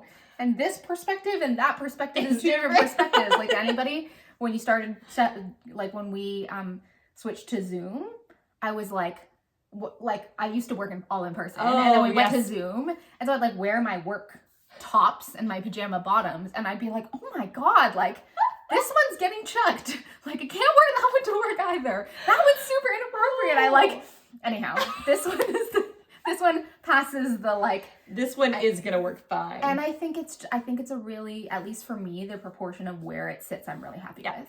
Yeah. You made it perfectly for you. So yeah, what else? I love it. I love the sleeve, like the ease you got on the sleeve or whatever. Like no ease. Like it's perfect. Like it's not too tight. It's not too loose. It's like as if like it's a bespoke. I mean, it literally is a bespoke sweater, but like it feels like this was custom made to you, to your body. And I think that's the thing about Nutiden. And it's also one of the things about like this one is quite a springy, like you can see it's springy, right? Yes. One of the things about working with Nutiden is I think it really does mold. Yeah. And so I find knitting cables, I love knitting it. I always find fit when it comes to cable projects to be a little dicey, because I always like to try things on. Right? But with a cable project, everything's like, yes. So it just constantly feels too small. Yes. I think when before I blocked it, and I did a pretty aggressive block. Before I blocked it, I measured out the bust size, and it was like 37 or 38, which is fine, but it would have been like exactly fitted, which is not the look that I wanted. So thank goodness for Nutiden, which just will work with you. Does whatever you need. Whatever you need. And again, like these sleeves, when I like put it on, I was like, it was like sausage casing is what I felt like. I was like in sausage casing, and then I blocked it, and it was no, they're perfect. They're great. Perfect. So I love it. It was such an enjoyable knit. This is also, can I just say, one of these colorways that you could just stare at forever. Like it's just a bunch of, I'm sure it's not coming out here, but teals and like navies and like black. And I'm in a cable phase for sure, and I keep thinking like one of these days I'm gonna go buy a yarn that's 4 cables, something round, something that's 3-ply. Right. But I just love Nutiden so much, and I think it still works. It works beautifully. Right? There's no need to change anything. But, like, again, this is like one of those things I put it on and I, the knitter, know all the little details that I think is really stunning. Like, can we just talk about this, like, it's this. The seat, like, this runs up perfectly. There's this, like, it's a drop shoulder, I guess. And there's like a little cable that runs along the drop shoulder. And so they're just this line too. Like, I love that there are these two lines that in case they... Yeah. Oh, and it's all continuous. Like, it all runs up. And so there's a part of me, I will be knitting this again. I think I'm like searching for the perfect cabled yarn.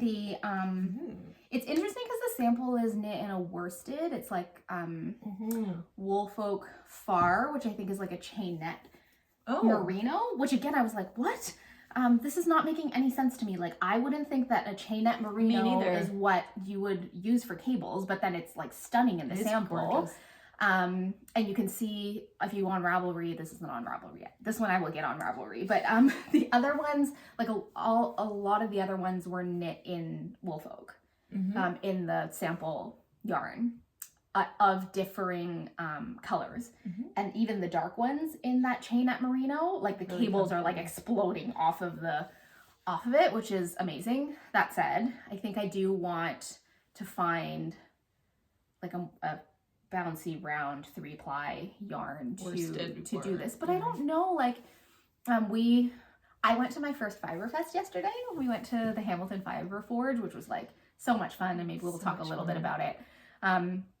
But I was going around and I was like, maybe I'll find something. Right.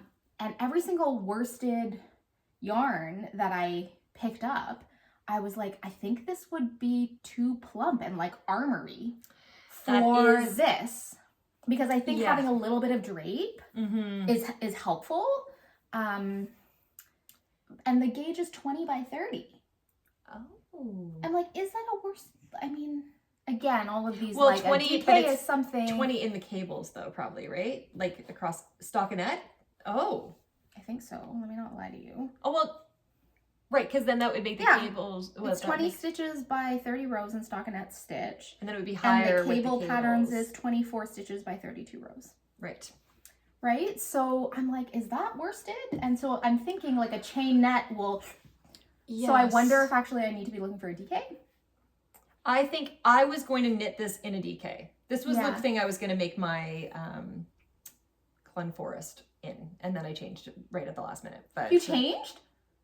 Oh, did you think I was knitting this? Uh-huh. Oh. Ow! Oh, I'm so excited now. This is why I'm like, it's totally a surprise. Yeah, so I do. Do you guys have yarn ideas? Can you leave me yarn ideas? What can I knit this in that is a light color? Oh my gosh. To try my hand at something that's not Nutiden. I mean, but I love it. You love it so much. Well, this is it. Like, why? I mean, at the end of the day, right, we can change things, but we could do it only if we want to. Like, if you're happy, like, just stick with it. Look at the gorgeousness. But I knit to everything. And this is just my first one. I knit every sweater twice, and so I need to get my second sweater. But you knit everything in Nutiden twice.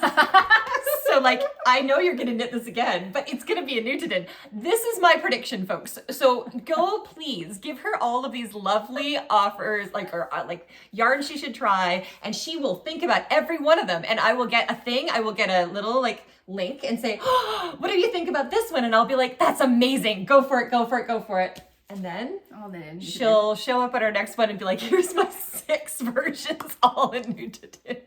You might even buy the wool, and then you'll be like, nah, I don't think so. Yeah. Okay, it's on that note, I'm just going to switch from a finished object to a swatch. Yes. Because you totally are right. This literally just happened. Okay, so if you guys go back to, I don't know, like the Christmas episode, the one that was filmed around Christmas, I became obsessed with this sweater, and I am still, I can't, like, I walk around in the world and I'm like, I had 2 patterns in my mind. I'm like, what yarn can I use to make this? And what yarn can I use to make the Eurus sweater by Unit? Yes. Like, sorry. It's in every single episode, because literally I'm like, how do I knit this? What am I going to knit this sweater in? Let me try and find, here we go. Okay. So Can you see it? Is it Is seeable? that coming across? No, I think it's like Maybe super a little bit blown closer, out. maybe? Maybe Oh, if yeah, I do it it's in a right different color. Oh, do the gray one. I love it in the gray.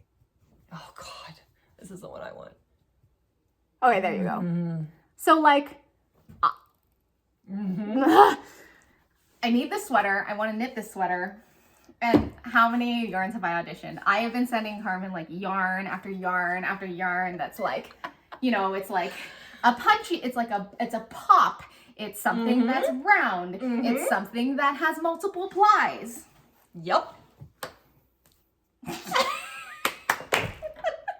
Okay, so first of all, the only reason I actually ended up knitting this sweater is because of you guys. True. Because Yes. I was thinking about the Eurus sweater by Aegyo Knits, and the color that I wanted to knit it in was this beautiful. Is this gonna come out? Can you see this? I think so. Go maybe a little closer to it. Yeah. Is this There. beautiful navy black That's amazing. colorway of Nutiden called Omge, OMGE, and I wanted it in this. It's gonna be. Let me see this. Yeah. So I want it in this, but I also, the first sample that I saw was in the white, and we were having this conversation about like cream cables and blah, blah, blah. And you guys were so kind. Like, so many of you supportive. wrote to me, sent me a DM in the comments, posted, and they were like, if you love the dark color, just do it. Right? And here are some examples that I've done, and like, it's been great. You guys really like showed up and sort of said like, if you love it, do it. Yeah.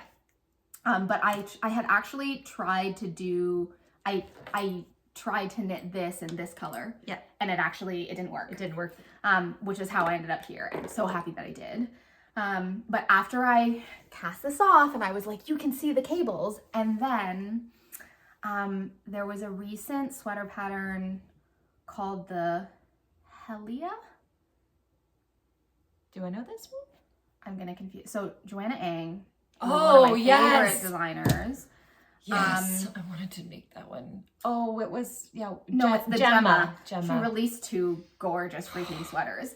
This was a test knit. I keep saying I should have done it. I knew I should have done it. So this is the Gema sweater. So you can this. see that it's like a cabled sweater, has big cables.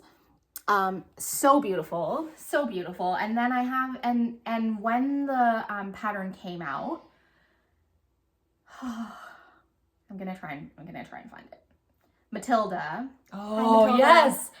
Matilda's version. Matilda knit it in Omge. We were both like, And what? we were losing our ever-loving We were minds. losing our minds. Like, it looks so good. You can see the cable. And I was like, okay. And I think I saw this before the pattern released. And I did that.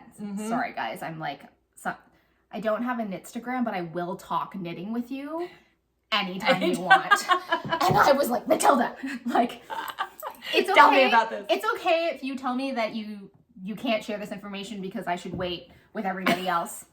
But I just want to know what needle size and how many did you use for this, because it's stunning. Yeah.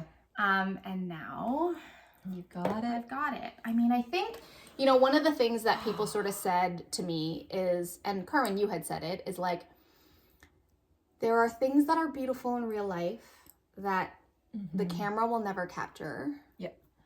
And I think this might be one of those scenarios, but in real life, I mean, like, it's doing a pretty good job. It's doing In a good real job. life, You I can see think it it's more. stunning. I'm I'm really so happy with it. And like, look at the stitch. Can you see the stitch definition? Like, it's really, you just don't know with Nutiden. No. Like, yeah. you know, and like it's, I mean, again, I knit a similar, I knit this exact cable pattern in another sweater, right? It's just, this one goes this way. But I had knit the Aegyo sweater where it's the exact same cables, but they're running vertically. And I knit in Nutiden, so I knew that it would be okay. And I think the honeycomb cable is that like stands out poofy, well. so it stands out well. But I'm so excited. It's so And beautiful. Yeah. So I'm knitting them on a size 8 US a US size 8, 5mm, and it's working out. It's working out. It's sure working out. But I can't believe that's a US 8 because I would have thought you went smaller because it feels like it's well, the ribbing denser. is the ribbing I did on a US 3. That's a big jump. Wow. Yes. It's a big jump.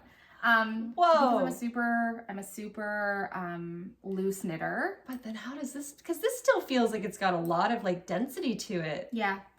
Wow, it's beautiful. And because I'm petite, the big arms like really nice. can get overwhelming. So I was like, I'm gonna go really, really tight on the rib That's to help bring it in. But it's pretty good. Perfect. I wouldn't change it. I'm off. I'm pretty sure I'm off gauge. I haven't blocked this.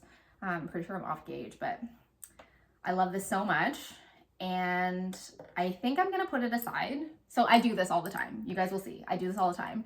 I get a pattern in my head. I can't stop thinking about it. Like the insomnia hits, the like non-productivity hits because I'm just like, you're a sweater. Like what cut? Like tonight, I'm gonna be up in the middle of the night being like Claire de Lune. What colors am I doing? The Claire de Lune. Gray and white and gray, tan and white, gray and tan. Mm-hmm. Like just which set of neutrals am I going to put together in the land of grays and beiges? This is it. But I need to like get it sorted, and then now I can like put it aside because there are things that I really want to knit that are more season appropriate. Because I have a ton of knitwear that's like squishy and big and lofty that works really well. But eventually we're gonna get into the spring, and I don't know if you guys are like this, but once you start creating your own garments, I just want to wear like hand knits all the time. Yeah. So I'm trying to get into the more summery sort of side of things, and I haven't knit a shawl in a while. And so I have a bunch of things that I want to get on the needles, but it's possible just said she hasn't knit a shawl in a while. Though, like literally 4 weeks ago, we just like. Oh yeah. Well, I haven't knit I haven't knit like a big color work, like mosaic one in a while. Right. So this, because it was a task to put it down, because this set of cables is like as I talked about when I knit the Aegyo sweater. It just flies. Like you just one more row. Well, how many rows of not like you know there's the cable row, and then how many rows in between? You have for pretty much there's the cable row and then 3 rest rows, and then the cable row and 3 rest rows. Yes. And I think this will be really fun because you knit it like side to side. So this is in the round, and then you cast on stitches for the body, and then it'll be flat. And then you make it across, and then it will go to being in the round again. And so I think, again, it's like, I can just tell that the rhythm of this is going to be amazing because there's enough interest, things change, it's a big gauge, like it's just going to fly off. And so I love small gauge finished objects, but you guys know I love a bulky. And so I'm like, I need to put some of my toothpick knits in front of this one. Otherwise, I'm never going to get to them. Yeah. And I really love the finished object. So, yeah. You're right, though. I'm sorry. I'm sorry for all the time wasted over how about this one? How about this one? How about that one? This is never time wasted. It's part of the process. I love it. I love every moment, but it's so funny because I'm like, I'll give my thoughts on this, and they're my real thoughts, and maybe it'll happen, but it probably won't. You've not actually ever expressed this out loud to me. You just like so supportively are like, let me give you an opinion on the next unlimited opinions. You've got the unlimited package, Jackie. Just like I will treat each one as if it might happen because it might happen, but underneath I'm like, I already know what she's gonna knit. Yeah, I already know. Yeah. So there's one of my finished objects for today. So gorgeous. Oh my gosh. Okay, now I get to try that one. Okay. Well, you're putting another one on? Hang on. I'm going to, there's one more thing that I wanted to show together. So, oh yeah. When I saw this, it reminded me kind of like a trellis. Yes. And again, I was reminded of how much I love texture and how much I love texture on a reverse stockinette background, which is not something that I've like knit a lot. A lot of the texture that I've knit before is like on a stockinette, and then there's interesting. You know what I mean? Because most cables have a reverse. Yeah, which is so nice. But it just pops so beautifully. I love it. And also thanks to you guys, the last episode, I discovered that my favorite shawl shape is crescent, and that if you can knit a crescent shawl at a bulky weight, you can have a shawl in like less than a week, right? That's true. And so you guys were so generous and started sending me patterns Aww. of crescent shawls, so thank you. And one of the shawls that was suggested was the Javelin shawl by Teddy Whitsack, which is beautiful. I've lost my phone. Oh, here it is. Which is this beautiful crescent shawl, which I immediately shopping carted and didn't even look at the gauge, none of that, but it's so beautiful. Here, let me show it to you. It'll be in the show notes. Here we are. And so again, it's this like reverse stockinette with this like pop of texture. But when I looked at the dimensions of the finished shawl and the one that I wanted to basically make another version of because it's so helpful for like hiking, and it's really, I think it has a nice drape on my petite frame. You know, sometimes shawls are like huge and I like a huge shawl, but it's also nice to have like a shorter one. Yeah. It was too deep, and I looked at the pattern and I was like, this is not something that I can modify in order to make it. And I did, and it's so beautiful in terms of how the geometry of it is. I'm like, I don't want to chop it short. And then I was thinking and I was like, gosh, this looks so familiar to me. Like, I don't know why it looks so familiar to me. And the answer is because I've been spending a lot of time just like coffee table flipping through 52 weeks of shawls. And can I just say, like, I love Ravelry, I love like my screen, but there is something really satisfying and nostalgic about having like a paper book. Agreed. And like a beautiful linen cover, and to just like not even read it front to back, but to do like a little flipperoo. Yes. Right? And to like stop. Right and away so this is the Autumn Vibe shawl. Oh, look at this. By so in 52 weeks of shawls, and the designer, I know her first name is Lucia Ruiz de Aguirre.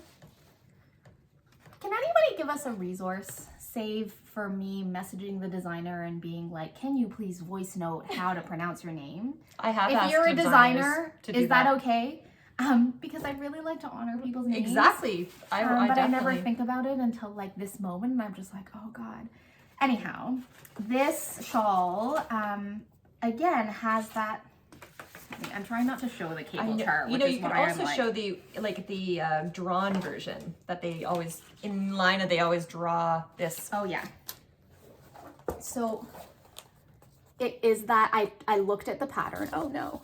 I looked at the pattern. I just have a feeling no one's pausing It's right true. now and actually like and it's reading that shallow crescent. I looked at the increases, and it was the same ratio of increases as the Selena shawl that I shared last time. How And beautiful look that at how model is. beautiful the trellis thing is, right? gorgeous. I love it. However, this is knit in DK, and the gauge is 20 by 28, which is too small. I wanted a bulky weight shawl. This is what, you know what? 20 you said, right? Yeah, 20 by 28. It's too skinny. Like, no. Gotcha. So I just knit You it did? bulky. I knit it bulky. Oh, Jackie. Jackie. I knit it bulky. Oh, this is bulky? It Yeah, doesn't I look mean, I knit, not it's bulky, but like I knit beautiful. it in, on US 8s.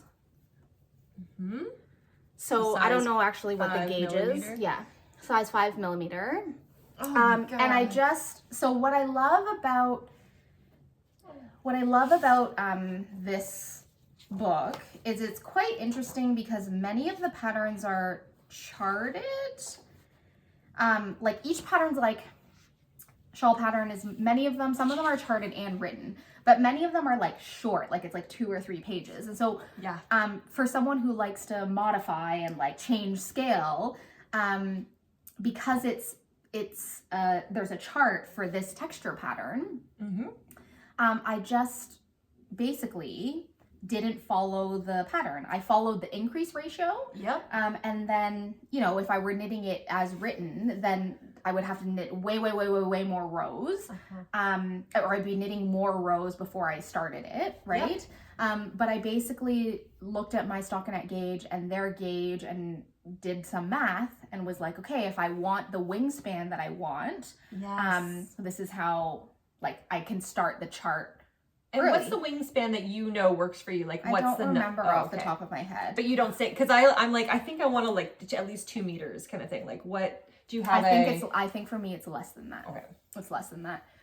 But basically, I took my Sulina shawl and I measured that, and that's what I was going for. But not all experiments work out. So okay, I mean they work out like because I'm like, if this is not working out, like well, so a couple of things. One is that I did more repeats of the chart than is in the pattern. Because despite my math, it just wasn't getting deep enough for me, and I don't have the ribbed border. I did like an I-cord border instead of the rib border. And I ended up with what looks like some sort of mashup between the pattern and Teddy Lutzek's javelin shawl. I see, because you didn't have the I didn't have the ribbing because it was going to make it too deep, and I just was like, okay, I'm going to stop halfway through the chart, and I'm just going to throw an I-cord on, which I like yours more. I think works. I actually do. I think it looks even better because then it doesn't do this little curvy thing. Or does it do the curvy thing? It does a little bit of the curvy thing. Not really. Anyway, not that the curvy thing's not nice, but I just really like this. And what I love about it actually is just how much of the shawl is texture. Yes. And when I looked at the pattern, one of my thoughts was, I don't know if you guys have this with bulky shawls. One of the reasons, look, you're like, I'm you ready. know. I'm ready. With bulky shawls, one of the things I find sometimes is, especially with a deep shawl, you end up with so much fabric around the neck. Yeah. Which sometimes I like and sometimes I don't like. And so what I liked about this pattern was the idea that like you would have less, like all of this thick ribbing textury stuff is not right up close to the neck. So you don't end up with like too much fabric around the neck, right? It's so beautiful. And so I love that there is, because I changed the scale, there's more texture. That said, I love this texture. I just want to keep touching it. Right? Like I don't know if this is a gauge thing. But do you see how the stockinette part like pouches? Oh, yeah. It's almost like you need to stretch, but yeah, this the is cast so on is too, but it's it's a garter tab cast on and then you just increase. And so I'm like, I don't know why it's really tight up here, but not tight over here. Because I didn't change needle size or anything like that. I don't know. I'm sure it's not in the pattern. I checked the increases, like I checked the numbers. I know I didn't do a different increase ratio, but I do wonder whether the way that I just switched out the gauge, like maybe there actually is a proportion that you need to keep with a semicircular shawl. So it wasn't a total, right. You know, there's like a little You almost need a different, well, it's almost like a smaller needle size for the stockinette, but a looser, something to do here. Something to do here. And I tried to block it out, but it's just too tight. If you guys have any fixes, that's as far as it can be pulled.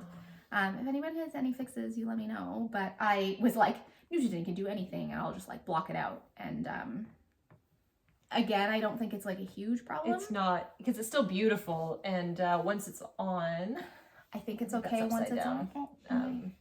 There we go. Wrong side. I think it's okay. Like I can do this little folding thing. I really liked actually the way it was doing that at the top. I think it looks quite nice. It's so just sort of draped this way. I don't know if I like, so my preferred shawl thing, remember last episode or a couple episodes ago, you were like, I don't know how to put a shawl on. And I realized, I think I saw this on Andrew Mowry, but I also think that you just, if you wear shawls a lot, you're going to find sort of your proportion, right? But the way I normally like to do it is like, not a third, but like, you drape this and I drape it until basically like my torso length. And then I take this piece and I like whip it around. So it's so pretty. It's a little more scarfy than it is shawly. It's funny because I was like, I can't knit the javelin shawl because it's too deep. And now I have this thing that's like a little bit too, well, not too, like it's just a little bit shorter. It doesn't have the same shape as what I was going for, but I love the way it really stands love up it. like that. Like, I think it's really geometric. So beautiful. Yeah, I love the geometry of it. And so again, it's just like, I love texture. And a texture and a light color does look really amazing. It's beautiful. Right? But is this loose? Like, it's use. Oh yes. Okay, let me actually tell you. I mean, it's sort of weird and self-drafted, but I'll tell you what I did anyhow. This look how beautiful this looks when it's up straight across your chin. Like, that is so gorgeous. I want it immediately. I love that. Okay, so I knit this in a week. She knit this in a week, or the Claire de Lune more than a week, but again, it's like big needles, really engaging pattern. You have sort of a good number of like interest followed by rest rows and big needles. Right? And held triple. So I held double. Still double. It's use held double. It's 201 grams after blocking. What was it before? Do you know, or you just didn't know? I didn't. That's okay. I forgot to weigh it before I blocked it. But yeah. It's generally a little bit more, isn't it? It's generally a little bit more because the lanolin comes out. But I don't actually know like what the adjustment would be. I don't think it's significant. But like 2 plates should be fine because usually it's over 100 each anyway. But yeah. So I just. It's really gorgeous. I knit it actually with the intention of pairing it with this because when I was like not sure about how the V-neck was going to go, and I was like, well, I'm going to make a shawl to kind of go along with it. As one does. As one does, because now I'm just like all about the outfits because the outfits are really fun. But you know, the Sophie shawl by Petite Knit that everybody like loves, I think I might have ended up with this little fold over thing that I need to do. I think I have ended up a little bit with the Sophie shawl shape. It's kind of like this like shawl slash scarf thing, and again, I wouldn't normally intentionally cast this really on, beautiful, but I think it looks really nice. I think there's something for me about the curved ends that I like better than like a classic scarf that kind of like ends. I think it's nice, and I think this particular shawl shape with the where you're increasing on the right side and the wrong side. Oh, no! Nothing happened. A squirrel? Maybe a squirrel. You know what? Keep talking. I'll let them outside. Come on, guys. Go get him. Come on. Let's go get him. So some crescent shawls, because of their increase, they end up with this little twirly thing at the end, which is really beautiful, but I find I'm like, I don't know how to make it lay flat. I like how this one lays flat. So I love it. There's something about the ribbing and the texture that I think allows it to stand up. So I would recommend doing this one in a yarn that is not actually so drapey. I love the stand up. Really it makes me want it. Like, I want something that's just going to stand up like that. It's so pretty. And but I'm sorry to come in on this, but I'm like, but just know, she has a magic about her. Like, I mean, I should put it on so that you can see that it's like not going to just do that. She has to know. Here. Okay. All right. Okay. Okay. Should I leave it like that? Yeah. So you're going to put it on one side first. And you're going to let the tail come down to your torso and then you wrap. So I think Andrea Mowry talks about like 1/3 or something like that. Oh, wait a second. Ha! Dun dun dun! Oh! And then I do this little thing where I sort of tuck under and... What do you do with your hair? Do you pull it out? I pull it out. Okay. I make tradesies. This Claire one with the Claire de Lune. I do it. I do it. Isn't it cozy? It's delightful. Ooh, see, it's funny how we like different things, right? Like, I'm like, ooh, I like it if it's all bundled. That I and like. I think, you know, the other way to do it, I'm just gonna try and. Oh, yes. Is like this. You can do a little tie. That doesn't look super great, but like a bit like that. Or you can tuck the ends in. This is so nice. It's just super cozy. Oh, it actually, okay, I changed my mind. It does look really good. It's not just Jackie. Right? I love it. But I do, like, thank goodness for other podcasters and designers who, like, have paved the way and, like, are like, this is how you make something that looks gorgeous, like, held out. Yes. Look good on your body. Yes. And I think it also is about finding the shapes that you like and the things that you love. Totally. But this is one of my favorite colorways of all time. It's one that, like, the camera does not capture all of the different colors inside of this. When you were first sitting there, all I was doing was staring at the different colors, like, and how they interact with the cables. Like, it's just a beautiful. And part of the reason I chose this is because you, like, I don't know, what color do you guys think this is?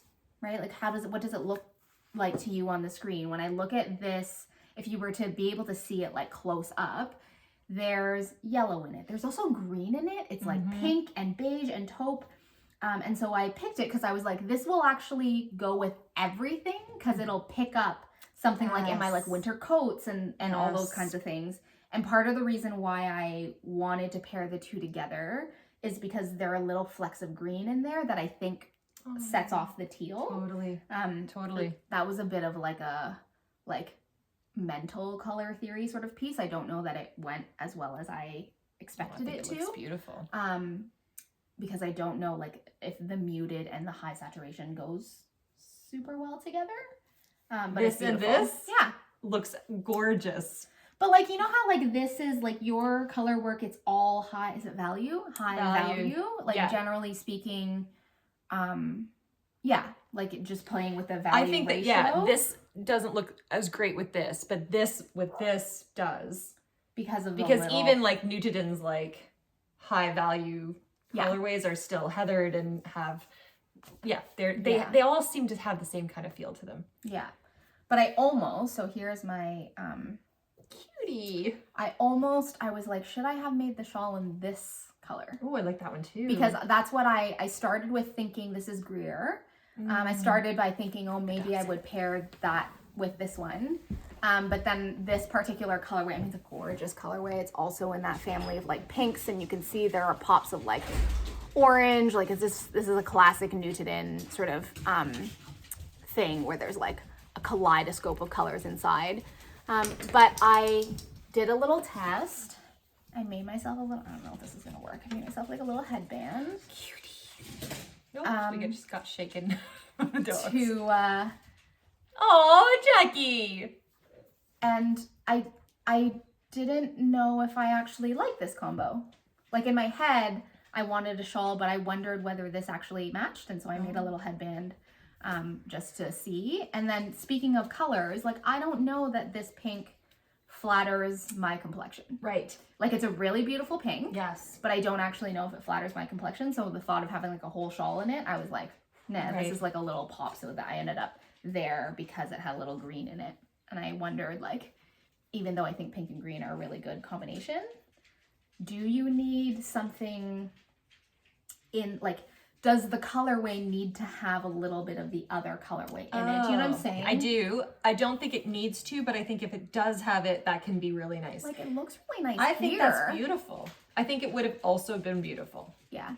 Yeah. So this headband is a free pattern. I'll link it below. You essentially knit, like, I did this Nutiden single-stranded, you knit a tube. You knit a tube, I did, like, on US 3s, you measure your head circumference, and it's like, it's like you knit a sleeve, actually. You basically knit a sleeve, and then you seam it together in a particular way, and it creates this little thing. And it's so cute. It's very cute. I wonder how this color would look on you. Although I should have left it. Although I laughed because I thought to myself, I'll just whip up this headband, and I didn't want it to be super thick. Sorry, and oh my god, that looks better on you than it does on me. I like that color, and I wouldn't have thought that it would have looked good. It's like the right peach for you or something. I do like that. But I was like, I'll just whip up a quick headband, and I didn't want it to be super thick because it's, like, double layered because it's like a tube and then you, like, fold it on top of itself. On toothpick size, US 3s. And I was like, I'll just whip this up. And I'm like, it's been like 4 days and my headband isn't done yet. And I did this thing where by the time it was, like, done to fit my head circumference, I knit a whole sleeve. Yes. I know. So this is the waistband of my barm skirt that I thought was going to be like just done, and it was like forever. Yeah. Takes forever. So I mean, it's really cute, and I like it. think that like it's cute and functional and like a nice way to sort of play and get to know a fabric. But man, you look at it and you're like, oh, we'll just whip one up. No, you will not. Which It took the same amount of time as this, and this is why Jackie just knits with like big needles, because you could have that. But it's also the spinning, it's the going around, right? Like there's something about that. Plus, you're right, it's a small gauge. It's a small gauge. Because I mean, like even comparison. Yeah, but yours. Oh yeah, so funny. We always do this. Like independently, we end up like knitting very similar things, even though we don't even know we're doing it. But I think this was, I can't remember when this happened, but it was a palette cleanser. I think it was actually, I had finished my Claire de Lune and I was still waiting on The next colorway. this colorway, and I had been able to get down to here, but I was waiting on here. So I was like, why don't I just make a headband? And so I've made this headband before. It's called the Hiedra headband by Fibre, a designer Lerka. out in Denmark, Lerka, which is one of the most beautiful names, I think. It's Lerka. It's nice to say. I made this a couple years ago, I think. I wear it all the time. So it's one of those patterns where, you know, if you've got a top knot, like, you know, a mom bun going on, which often is the case, and then you have to put a hat on because it's cold and you're like, oh, like, you can't put the hat on top of the bun. This like solves that problem. And I'd made that and I wore it all the time. And then, oh my gosh, I'm blanking. Anna, thank you. I'm blanking on her name, Anna. Lovely, you know, friend that I now have off Instagram, who's out in Belgium. And she made this in, maybe it was in this one. I don't remember, but it was in a peachy color. And I was like, oh my God, I want to make one of those. Like, it looks so beautiful on her. And hers, my original one is thinner, and she made it as, it was just wider than my original. So I thought, I'll just whip this up again and use like, I think I used size 7 needles. I think she knit it in Luckra. She did after. So yeah, if you go back, because she made, yeah, this is the one her original. No. Did she do Luckra first? She did Luckra first. She did Luckra first. That's it. And then I was like, I have a pink one. That's right. And then she made a pink one. Yeah. Thank you, Jackie. Anyway. So you saw it gorgeously on her Instagram and you were like, I need one. And you could actually knit one because you had some. Because I had Luckra. And funny enough, Luckra is also the colorway that we're giving away. We're going to announce the winners many months later. It's typical. You know what's funny is I like it like this, but I generally wear it more often like a headband. Yeah. It looks so good on you. Although I usually have it up like in a, yeah, you know, little bun. Super cute. Anyway, so good. It's, look at how like how covered. So the one I made before was a little bit still thinner. Skinny? So this one, yeah, I made it thicker, wider. And do you remember what size needles you used? I think it was 7. Okay. It's not US 7, so 4.5. This took a day. And then you have to crochet though, right? The only reason I haven't knit this thing yet is because I have to crochet. Don't know how to crochet. You don't crochet. You don't No? crochet. No. This little braid? Well, it's not really crochet. You use a crochet hook. Okay. But you basically are just knitting like, you just drop all your stitches down and then you just grab them at larger intervals. So let's say 3 or 4. Okay. Like things like at a when time. you slip one. Yeah, so you basically drop it all, I'm sure it's okay to say this. You drop it all down. I know, it feels really scary, but then it's not, like everything's fine. Yeah. Especially with Nutiden, I'm like, what if one breaks? But then they don't. Never does. They don't break. Anyway, this was such a fast project and I wear it all the time. That colorway. The colorway is so pretty. I know, look at all the different, see, look at that. Like it's, is it brown? Is it gold? Is it moss? Green. Is it green? Oh, did we, no, the dogs. Anyway, fast project, super practical if you wear your hair up. Can't say more. Oh yeah, you wear it. And then is it seamed? Yeah. So just the comparison, hey buddy, it takes no time. It's no time. Yeah. That would have been a And with the wiser choice. cables, it's not even actually cables, funny enough. It's like a different, this looks like cables, but it's not. It's like it's so big. It basically, like from the front, it looks like a hat. Yeah. Hey. Oh, come here, Betty. Oh, I think I need to do one of these. It's Oh, so you squish. do. It's really lovely. It's so squish. Yeah. So there you go. there you go. You've got some headbands. sweater suggestions. You've got some headband Headbands. suggestions. You've got a shawl suggestion. Yeah. What else did I want to show? Okay, so there's like, do you have anything else? No, I could show my socks really fast if I wanted.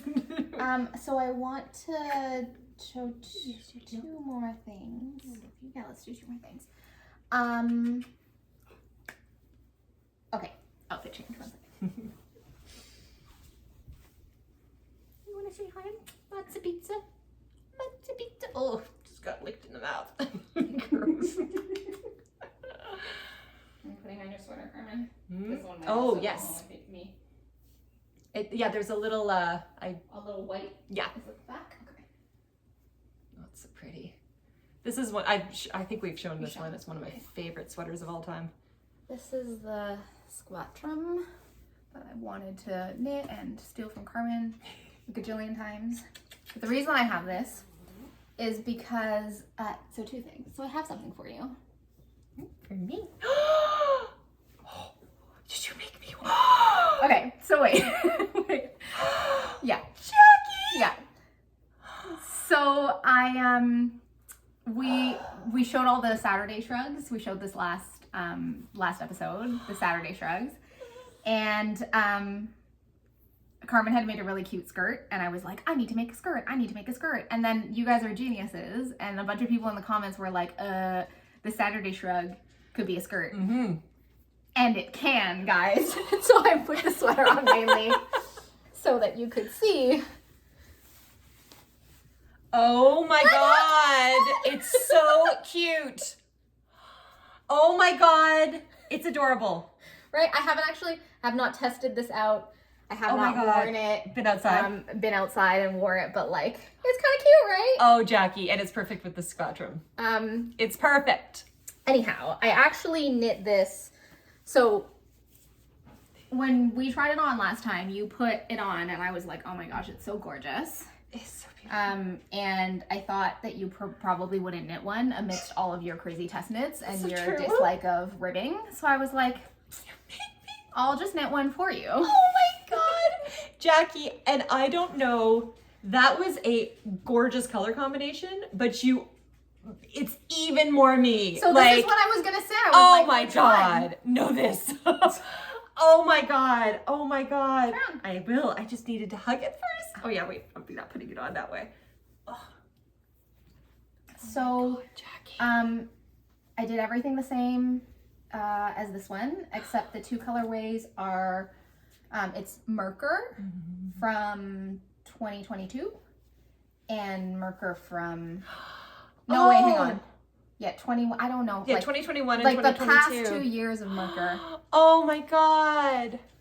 Jackie. Right? Jackie. I was like, we need to do a side by side because I don't actually know which one looks better. Because on the one, so here's what I was thinking. Because I was like, I could knit this one again because I have enough that I could just knit the exact same one. But I was interested in looking at a version of it that is like, because this one's fairly cool, right? Mm-hmm. And that one's warmer toned. Do you think so? I don't know. Actually, this I don't would know. have thought was a little bit cooler than this one. So I was thinking about all of your dark blacks and all of your denims, and I was like, I don't know if we should go cool or warm. So there's a cool one and there's a warm one, but I feel like you've already decided. Mm-hmm. I'm so happy. I'm so happy. And it means so much more that you knitted for me. Oh my gosh. I don't actually know which one I like better. Do you want to try this one on? I mean, maybe. I mean, see, I think with the Squatrum, which is a cool, like a, not a cooler, like it leans more black. Mm-hmm. I think this one maybe goes better. It looks Maybe? really beautiful. I mean, it definitely doesn't go with this that I'm wearing, but. But I do love, like, this is that Carmen signature color. Yeah. Right? I think that's the piece that it's just like, I can't not have Yeah. this. Oh my But, you know. How beautiful that is. Look at that. Oh. There you go. Jackie! Oh my gosh, that's so sweet. Thank Right? you. So we're like twins, not We're twins. like twinsies. Okay. Oh, Lily. Yeah, you heard that. Lily got Frisco's favorite toy. Lily, come here. It's okay. They can play. He should Off, share. Good girl. Oh, There you go. that's what you call a well-behaved dog. She's been trained. Yeah. I mean, I love them both. I remember I was looking at them and Elliot knew that, my partner knew that I was going to gift one. And he was like, which one are you going to gift? And I was like, well, I love them both equally. So whichever one Karen wants, I'm good. Is it okay? Yeah. Because I do love this one too. Yeah. So I do kind of just want to try it on just to see. You don't have to give it up. no, it's true. You don't have well, to give it up. maybe I'll put this one back on and be like, oh, I don't know, maybe this one. Maybe you guys should tell us. Yeah, which one should Carmen keep and which one should Jackie make another of? I probably. Because she's gonna I look might make another amazing one. in both of them. Ooh, oh god, that looks really good on you. Oh shit, that looks really good on you. I can make another one. Yeah? It looks amazing. But like, I think actually, because I got my hair highlighted, I think this one matches my hair better. Mm-hmm. But I do like, I don't know. I love them both. I love them both. I love them both. But that one makes I think me this happy. one actually suits you better. When I look at it, I feel like this one suits you. Even though, so it's such a weird thing because if I put them side by side on the table, yeah, one of them is like this like taupey brownie color and one of them is like really saturated and cooler. So I would have thought that. see, that's that so cool one- to me. Interesting. This, because Sade, I think, has a warmth It to does. me. Yeah. Ooh, maybe I should make one that's like these two. Like Sade Like and Sade and Merker. Oh, and yeah, these two together. Yeah. Oh yeah. Yeah. Oh god. Wow. Thank See, goodness you like and rib. It's like they just I know fly people off, say this. right? How is that possible? Because a ribbed hat takes forever. Okay, well, I haven't followed the pattern exactly. I cast on 104 stitches. Right. Oh, okay. So it's really Yeah, that is less than a. yeah, Okay. right? But there you go. Oh, Friday Jack. Club Club. I'm so happy. Just more and more. Oh my There's gosh. so many versions. Now I get to join it. I get Yeah. to I get to be part of things on the Instagram. I just want to take a moment though to talk about how magical Merker is. The original. The original. So So beautiful. it's the, I don't know, not like, what would you call this? I don't know, is it brown? Is it a taupe? Is it a gray? Is it Well, it's literally all the colors like when they made it, yeah, right? they made all of the colors. And as some of you guys might know, Carmen and I have started spinning. And so we're learning a lot about like how colors work because of the process of spinning and like seeing colors together and so on and so forth. And it's so interesting because like, if you look at this swatch, this is also Merker. It's the same color, but like, would you think of this as the same color? I think if I like do it side Now by you side, say maybe. it. But like, what color does this look like to you? Right. And then what color does this look like to you? Yes. And one of the things that has been happening as I've been spinning is like, there are like painted braids, and so colors come together. Oh, I have a floof. If you're spinning something with multiple plies, then you're going to have sort of colors go together. Yes. And there's this, I've been watching and reading about spinning, and they're talking about this idea of like, oh, you don't want to put too many colors together because then you might end up with something that looks muddy. Right. And I'm like, mud is my color, people. That's what I I'm love going for. a mud. Like I love a color. yes. I love a colorway that's like heathered, and you don't really know what color it is, and depending on like what you pair it with, it like becomes another color. And I think this is part of the reason why I love Nutiden so much, because there are kaleidoscope of colors. When we went to the Fibre Forge, which was super, super lovely and fun, and for those of you who like came up and talked to us or like stopped Carmen to ask about her sweater, or your sweater, you know, like we had so much fun. That was such a highlight, and also like to be able to meet some of the vendors and talk to some of the vendors, and what do I want to say about the Fibre Forge? Oh my God. So the Fibre Forge is in Hamilton, which is local to us.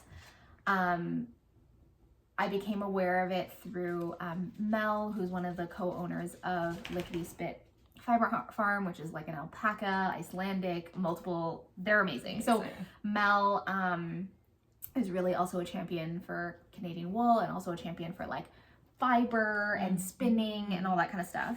I can't remember what I was saying. Anyhow, we had the opportunity to like meet her, and she put together a show that I'm like, I've never been to a Fibre Fest, but what blew me away was how many different crafts were at that Fibre Fest. Yes. Like there was so many different kinds of fiber. There was woodworking, there was embroidery, there was like ceramics, mending, like it was such a creativity boost. Yes. And I didn't do that poorly in terms of damage on my wallet, in terms of things that I bought. But what I realized walking around and seeing all these creative people and all their creative perspectives is like, for me, it was, it helped me to recognize like, what's my thing? Yeah. Right? Because you just find yourself gravitating towards certain things. And what I just kept picking up, you can attest, it's like the more colors that were in it, the more I wanted it. It was just actually like shocking skein after to me, skein. the ones you would go, and I'm like, really? This is not what I would guess that you would be going for. Yeah, I just love I love a like dynamic color. You should be eating that pine cone. I don't know. Are pine cones bad for dogs?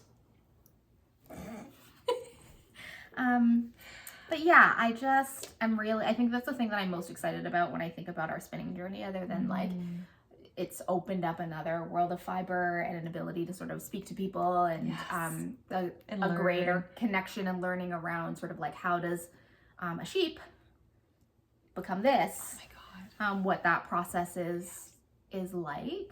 But I'm really excited about the color exploration that's coming out of it. Me too. It's been Although really cool. most of the fiber that I have is black and gray, because I came home and laid out everything that I had gotten from the Fibre Forge, and it was like, and black and gray and charcoal and black. But except, are you gonna show? yeah, I am. Good. Except, you know what? Gray isn't just gray. No. Like, I just need to like celebrate us gray connoisseurs out there. Yes. Right? Yes. Who are like, that gray's a little too brown. Or like, is has a all the colors. little, like, yeah.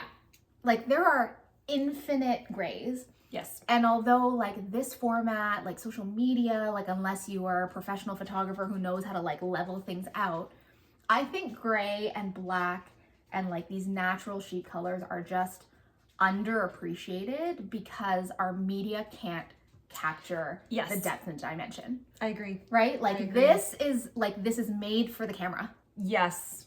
Yes. But like a gray, it'll nope. It falls flat. It can't falls flat on the camera unless again like you have the ability to even then gray beside whatever it's beside changes, right? I know this because I was looking for the perfect dove gray paint wall paint for, I still haven't actually found it because I remember at one point going like, I want to just go to the hardware store and be like, just put a little black into the white, like just that, because otherwise you have like, it's brown or it's because most grays have like browns and purples and greens and they go all of these different ways. So yeah. Anyway. So that said, I had my first moment of like falling in love with color, like really no, I've had many of those You've moments. fallen many times, but like a moment of finding a color that I think is really bright and bold and just being like, I need to have it has this. to happen. It has to happen. Mm-hmm. To the point where it's like, this has to happen so much, we need to find a pattern. Let's take a break and find a pattern that will work. So this is, I want to make sure. Okay. Is it coming out? It actually is. Yes. Yeah. It's a little warmer than here. That looks a little warmer than here, but it's. I hold it not against the. Is that better? Maybe away from me. Oh, hi baby. Anyhow, it's this beautiful speckled mohair. It's so which was dyed up by a dyer from Brantford, Ontario called Dying to Knit. Alexandra Lee, hello. If you're watching, I don't know if you're watching, but we loved meeting you. She's so lovely. And your friend Jenna too. Such a beautiful speckled mohair. So beautiful. And okay. Here's the thing about going to Fibre festivals. It reminds me of when I was in my early 20s and I used to go to sample sales in Toronto, except like people are nicer. Yeah, they're not trying to grab all this stuff. But like, you're in this place and there's just like infinite beauty around you. Just like infinite beauty of all different like shapes and sizes and tones and styles and colors. And it was a little bit overwhelming. I'm not gonna lie. It was a lot overwhelming. It was a lot I'm overwhelming. used to these. I was like, oh my God. It's a lot of beautiful things. It's just like a lot of beautiful things, and a lot of beautiful people, and a lot of like, you just want to be everywhere all at once. And then you're just like, I don't know what to do with any of myself right now. But I saw this, I was like struck by it, and then I was thinking to myself, like, these are not my colors. Like, what the heck am I going to do with this? Like, what am I going to do with this? I don't know what I'm going to do with this. So we sat down, went on Ravelry, like looked at things that I could do with 2 skeins of mohair because that's all there was. And then there was like 1 more skein of mohair that was in this like pop of fuchsia. That was so beautiful. Which was beautiful. And I was like, maybe I get the pop of fuchsia in this, but I was like, fuchsia, it's too far. It's too much for Jackie. I can't handle it. Yeah. But here's the thing that if you have actually, let me say this differently. I tend to think of myself as not very good at colors. I know, isn't that silly? But I think she's amazing. I think actually the thing is that I'm not good at colors on a screen. Okay.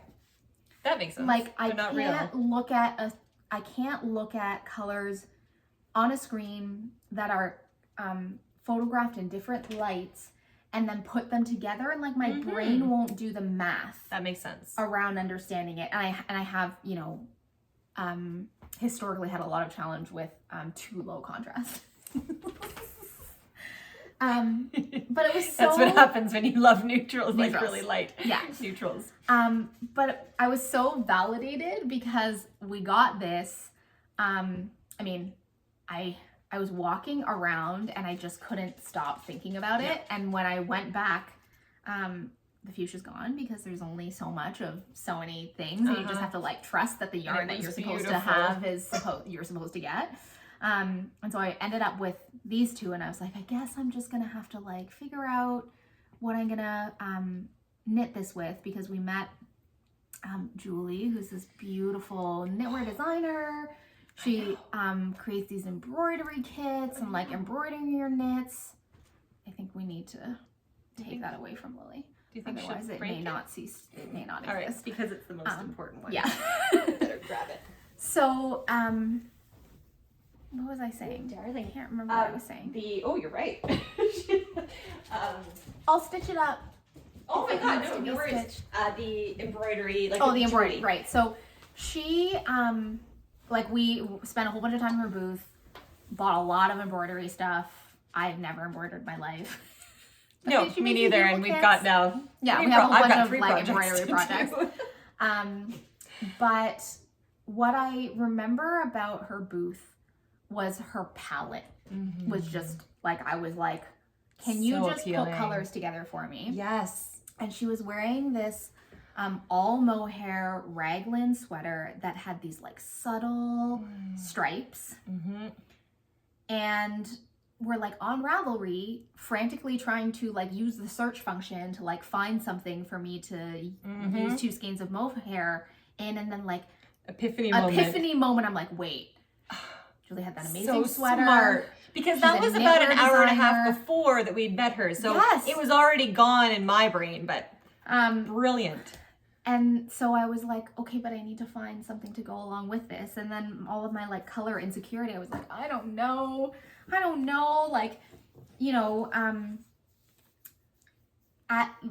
it was like later in the day. And so a lot of the stuff had already sold. And so there wasn't something inside of the same dyer's palette that fit my aesthetic to match. Not because there isn't something, it was just gone. Because I was like I need to leave, and then I'll come back, and I'll need to leave, and then I come back to make a decision. But brilliant. This is why go to festivals with a friend who can keep it together when you've just like lost your mind.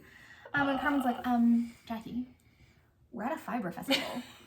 Like, why don't we just walk around to some other stalls? Now might be the best time. Now might be the time for you to like find the color. And I was so pleased because we were pulling things from different places and like holding it up. And every single time it was a no for me, it was also no for Carmen because you're just so good at color. And we managed to find something. We both sort of went like, there was like a moment where it was like, That. Ugh. Come on. Come on.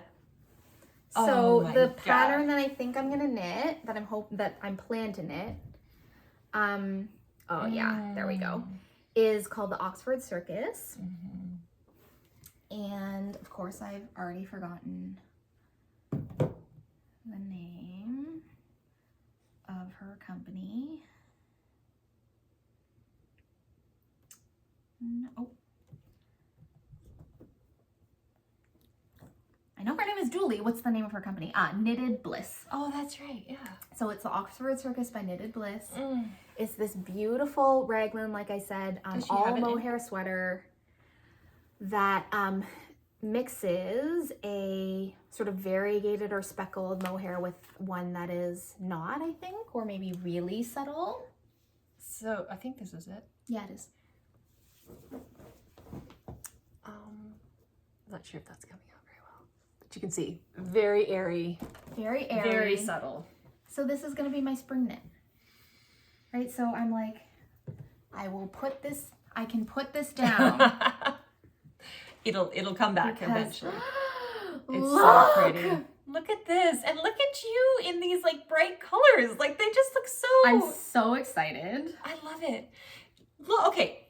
Remember wind back where it was me wearing this and my Claire de Lune Yeah. and how bright this looked? But now look at me in comparison to this. Like that is like glowing. That it's like brought down. Yeah. This one, isn't that really amazing? interesting to just sort of look at how Contrast. colors like play with each other, right?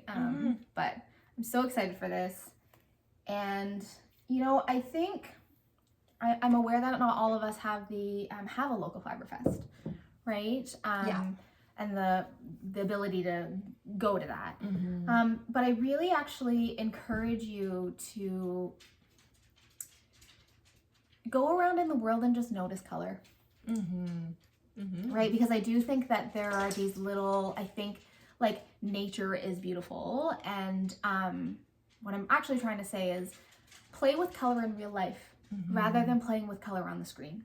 Like that's what I learned. Yes. What I learned is that like color in real life has a level of dimension that may or may not make it onto the screen. Yeah. And so whether you have the ability to actually go and look at Fibre online, I do think like looking at your actual world for color inspiration, Yes. it might give you somewhere to start, as opposed to what I've been spending years of like looking at palettes on Dyer's websites and on like knitting stores and that kind of stuff, right? If you're wanting to develop your own color sense or like play outside of the palette, it's like, what do you see that's play outside of the palette of like your norm in your closet? Like, what do you see in nature that you like love, right? And when I look at this, what we talked about is magnolias, which is one of my favorite spring flowers. And if you looked in my garden has all of these colors. Like it reminds me of like lamb's ear and like a dahlia and like a soft tulip. And I'm like, oh, I do love color. You do love color. I do love color. And then we'll see if I A, knit this up, and B, once I knit it up and put it on, whether I think it's too much color. But I don't think so. I know she'll have it. But yes. She's gonna love it. That's my prediction. I'm I think very she's gonna excited. be like, I've also never knit with just mohair before. So we'll see how that goes. It's gonna be I'm so like, what am I airy and like? beautiful. I feel like, what's the smallest needle size that exists? Because I think I need to go and get one of those. No, I don't think so, because it's not gonna make it. I bet you it's actually at. We could look it up, but I bet you it's at a normal, like maybe a size 4 or something like that. Is maybe my guess. 3.5. millimeter? 4.5. 4.5, so then even bigger. Yeah. 'Cause Oh it's no, gonna I'm be- on the wrong pattern. Oh, okay. I was like, what? How are you knitting mohair on the... But actually, because it will be, like, because it's like a net, it's like you're making a very loose fabric probably. Yeah, we'll see how this goes. I'm very excited. I know. It's knit on a US 5, 3.75 millimeter, and the gauge is 21 by 32 rows. It's like her version is so beautiful. There you go. So this is next on my needles, hopefully. It'll be done in Never. another week. No. Never. It's not No. true. Jackie says Toothpick every time, knits. well, you know, because I've said it every time. She's like, I'm not going to have anything to show next time. And you're like, I thought I'd already had these, like, already started. Like, I'm like, well, I'm going to have 2 sweaters. Amazing. She's got 2 sweaters. Okay, Plus all but these other things. Again, you're not wrong. And I'd already, like, I have a lot of whips. Right. And so at some point, there is going to be a dry spell because I'm going to, like, Sure, get Jackie. through all of the whips. And everything that I want to knit is, like, the teeny tiniest things. That's not teeny tiny. You don't think this is teeny tiny? No, it's going to be on size 5s. Right. Okay. You're going to fly through that. So, what's on your needles? Yes. What are you Tell us. We knitting? love hearing it. What are you loving? We're so grateful. Like, the things that I want to knit now, it used to be like you would watch certain podcasts and then it would be like, okay, Q is exploding. Yeah. Right? And there were certain... Which still does happen. Right? Which still does happen. However, nothing explodes a Q more than when we publish an episode and then you guys come back and I'm like, oh my God, like all the it's beautiful so patterns that people are amazing. knitting. And so what are you knitting? Yes, what are you please. loving? If you have And like tag us on spring, Instagram. summer knit pattern ideas, will you yeah. drop them in the comments? And then everyone who's watching can go into the comments and sort of start Yes. to let's be in relationship with our knits, right? And hope that that you guys are inspiring each other in addition to obviously inspiring us and giving us a million ideas in terms of what comes next. It really is that change, right? Like our season's changing and there's something inside of us that changes along, right? And like, Yeah. even though right now I'm looking outside and we've had a lot of snow in the past of snow. month, like March has been, and end of February have just been all snow and we hardly had any before. But like, so I'm looking outside, it's a massive amount of white and I'm feeling like spring. Like it's not, so the outside doesn't reflect it, but I'm like, what light knits can I make? I want to make some camisoles. I want to make some like linen blends, like, yeah. Yeah, I'm like, if I'm gonna venture away from my double-stranded Nutiden, now is the time. Now is the time. So that I have some, although I do wear Nutiden all through the year, the shawls, but I would like some garments that are spring and summer. So send us your ideas. Send us what you're thinking about knitting. Maybe if something that we showed here made you think about another pattern that you've been thinking about that you want to knit. Will you knit on toothpicks with me, please? Toothpicks. Well, we already know people are knitting on toothpicks. It's 'cause true. They're already joining in and, you know, for this year. Yeah. Our little So, toothpick. for those Our of you unofficial toothpick. who Yeah. don't know, we're running a very, very loose knit along that's basically like, find a project that you have wanted to knit that is on really small needles that you're like, oh my gosh, like me, am I gonna get through this? And we're all gonna knit on teeny tiny needles at tiny gauges together between now and I think we said the end of the year. And you can use the hashtag Toothpick Knit KAL. And I'm like, I'm reclaiming the situation in which it may be 3 months before you have a finished object, but we're all going to be like slowly eking That's through the the whole toothpick point. knits together. Exactly. So an entire So- year. Entire year. Yeah. For your toothpick knits. I love it. Is there anything else? Oh my God, we're at 2 hours. Yeah. How do we always talk this much? I know. I actually was like, look, we're only at 2.5 hours. But I'm like, this is feeling like a good place, like, to kind of like wrap it up. Should we announce our winners? We Yes. finally, 2 months later. 1 second. Oh, Lily. oh, that's okay. She's, oh. There's just a collection now of toys that are on the counter that like we're just taking away from Lily because she's got she's got some good teeth on her. She can really like destroy. But yes, so we drew the names. We had, if you remember, we had 2 prizes. One was 500 grams of Nutiden in the colorway Luckra, which was the one I made my little hat, or my little headband out of. And then the second was a beautiful shawl pin that is going to be sent. Oh man, these are the things I should have prepped. You can find it, and we'll put it in the notes. But a beautiful, or like a new designer, jewelry designer. We know his Pietro, yes.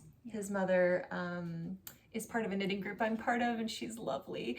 And yeah, he decided to offer a shawl pin that he's just made. So that's amazing. So that's so we had these two prizes. So do we like drum roll? You can drum roll in your house. Yay! So the first, you want to do it? No, you do it. You go for it. So the winner of the sweaters quantity of Luckra is Monique! Yay! So Monique will reach out to you and get the info that we need in order to send that 500 grams to you. And we can't wait to see what you knit. For those of you who don't, Monique is like, she makes a prolific knitter, beautiful knits, and so I'm so excited that we get to share our stash with you, and that just a there's beautiful gonna be person. something beautiful that comes out of it, and yeah. Just know we're gonna hug the skeins before we like send them off to you, and send our love, and then we can't wait to see what you make. You're such a wonderful part of our community. Yeah, we love you. And then the shawl pin. So then we drew it for the shawl pin, and that's going to Bekah. I know your last name, but I can't remember if it's on anything, so I'm not going to say your last name, but you're going to get contacted by, I can contact you today on Instagram, and we'll have, that will be shipped off to you. And what are you going to say? No, nothing else. So exciting. We're just so thrilled with everybody that participated. That KAL did everything we were hoping it would. And more. Because to be honest, we've said this before, but it started our podcast. We were hemming and hawing a bit about starting a podcast, but when this whole thing came up, we were like, okay, we're going to do this KAL, so then we need a podcast to do the KAL. We just wanted to talk about the KAL, didn't we? Yes, that's why we kind of made it was probably would have happened, but it definitely kind of was a catalyst for that. And then it was also about exploring being creative in our knitting. Before this KAL, to be honest, I was very much just follow the pattern. And I didn't even really make very many modifications. I just would just knit it. And this just opened my eyes in so many ways to knitting things. And I mean, now even if you think about this test knit, the number of mods I made to make it fit the way that I wanted it to fit, it's now just a natural thing for me to be doing, and even creating socks and hats that don't even have a pattern. I would never have thought I could have done that. And it's so interesting because, well, first of all, you're a prolific test knitter, so it makes sense that you're going to knit everything to pattern because that's kind of your job. True. One.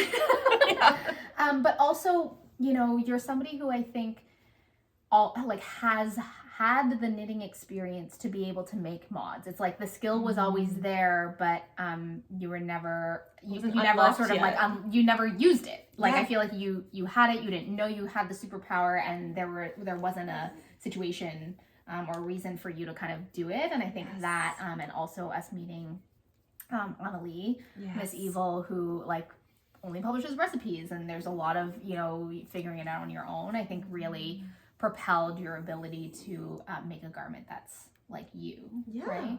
And then you just don't want to stop. It's so fun. Yeah, then you end up like me, who is incapable of knitting a pattern as written. I don't know if you have. I don't know if I'm trying to think of a pattern that you've knit in the last few months that was direct to pattern. Yeah. I'm looking at the piles no. Yeah, and I definitely that first sweater, that Skogafall yoke sweater that I knit, it was mostly to pattern, but then there were some modifications, and I was a brand new knitter, but there were modifications that people offered on Ravelry. Right. And I do think, I'm not sample sized. And so I if I want something to fit the way that I like things to fit, modifications have to happen. And so I think that's sort of where that began. That makes sense. Right? Yeah. And that's the thing that's so lovely about our craft. I did have one thing that I wanted to say that I'm now remembering now that we're having this conversation. So we often get comments we get comments or DMs in which people are like, oh, I should do that. Or like, or what, there's someone wrote a comment of like, I don't think about my knits at all, because I think we had been talking about like meaning and archetype and all that kind of stuff. And someone made a comment where I received it, and I know like, you know, written word is not the same as like if we were having a conversation, but I received it as them sort of being like, oh, maybe I should be thinking more about my process. Like I think it was something like that. And I just wanted to like take a moment to say, I don't think there's any one process that's better than the other. Like just do your process, and whether you're somebody who never modifies a pattern, who knits in the exact like, you know, colorways of the sample because it's super gorgeous. Like I've definitely done that. Or if you're somebody who's like coloring outside of the lines and like self-drafting, it's all the same. Like just do your process. And I knit with Nutiden all the time. Don't feel you need to change it. Yeah. I think, you know, one of the things about community is that you're offered variety. One of the things about community is sometimes we end up thinking that we need to do things like other people. Like it's just a natural sort of thing that we experience when we're with other people. And, you know, this is my public service announcement to say, like, sometimes you can learn things from somebody else because you see something that you admire. But first and foremost, just honor like your process and like honor who you are. And like, you don't need to change anything about the way that you knit, right? I think there's a lot of, there's trends that move through this world and this industry, and certain things get a lot of play, and you know, you should do this and you shouldn't do that, and goodness knows we have enough in the world of like what you should and shouldn't do. That when it comes to your knitting, do what you like. Just do what you like. Totally. Do what you like, and as you do what you like, I think it'll show in the garments, and I think you'll feel good. So. Absolutely. And you know, like what's right. Well, it's funny. We know what's right for us, but then if I link it back to our earlier discussion, sometimes we might not know too. So it's kind of like both, you know, explore it that feels where it's meant to go. And some places you might feel like you want to push yourself, like nudge yourself a little bit further than what, you know, you might have been doing, and it feels right. But I think what you're saying is like, don't feel like you have to do that. But I really resonate with those comments, because to be honest, like, there's no way, well, I shouldn't say this, but I am nowhere near the way Jackie is reflective about her knitting. Like, I often choose things because I like them. Like, I couldn't tell you. I'm not looking for a talisman, you know, and I would love if I did, but I don't, that's not how I have been. And at first, like, it would be like, oh, like, I'm not as like, you know, whatever. You would say Jackie. Things like, I want to be like you around that. And I was like, but why? And the thing is, I do want to be like you around that. But I think that's a place that I could like be, it could be like a step outside of what I have been doing. But what's changed is the feeling that I should, right? So it's like I could, but I don't, it's not that I should. Yeah, it's like just noticing when we like in some way elevate the value of one thing and like, you know, devalue the other thing. Yeah, they're all good. And I don't know that, you know, why do we need to do that in our craft? I don't think we should. Right, I don't think we should. And so it becomes like, that's the little self-reflection I'll leave you with. It's just like, notice when you are interacting with other creative people and you start to devalue your own process. And it's like, whether it's saturated or it's muted, whether it's, you know, farm yarn or like the most exciting, bright superwash, you know, there are so many like little lines and sort of value things that happen through our knitting community as the various trends like move through the world. And so just notice when the trends are pushing you in a way that isn't making you feel good about yourself, and that isn't making this this beautiful craft and this like hobby that I think many of us do for joy joyful, Hopefully. right? Yes. Hopefully. I mean, there are moments where it's not very Not joyful always at joyful, moments, right? but yeah, the But idea yeah, is that. so you do you, Yeah. honor you, and let us know what you're loving and what you're knitting, and we'll see you in probably more than a month, I think. I don't even know I if don't we've know. got our next Do one we have a booked. date? We I don't know. I figured out. You know that I don't know. Yeah. Jackie just tells me.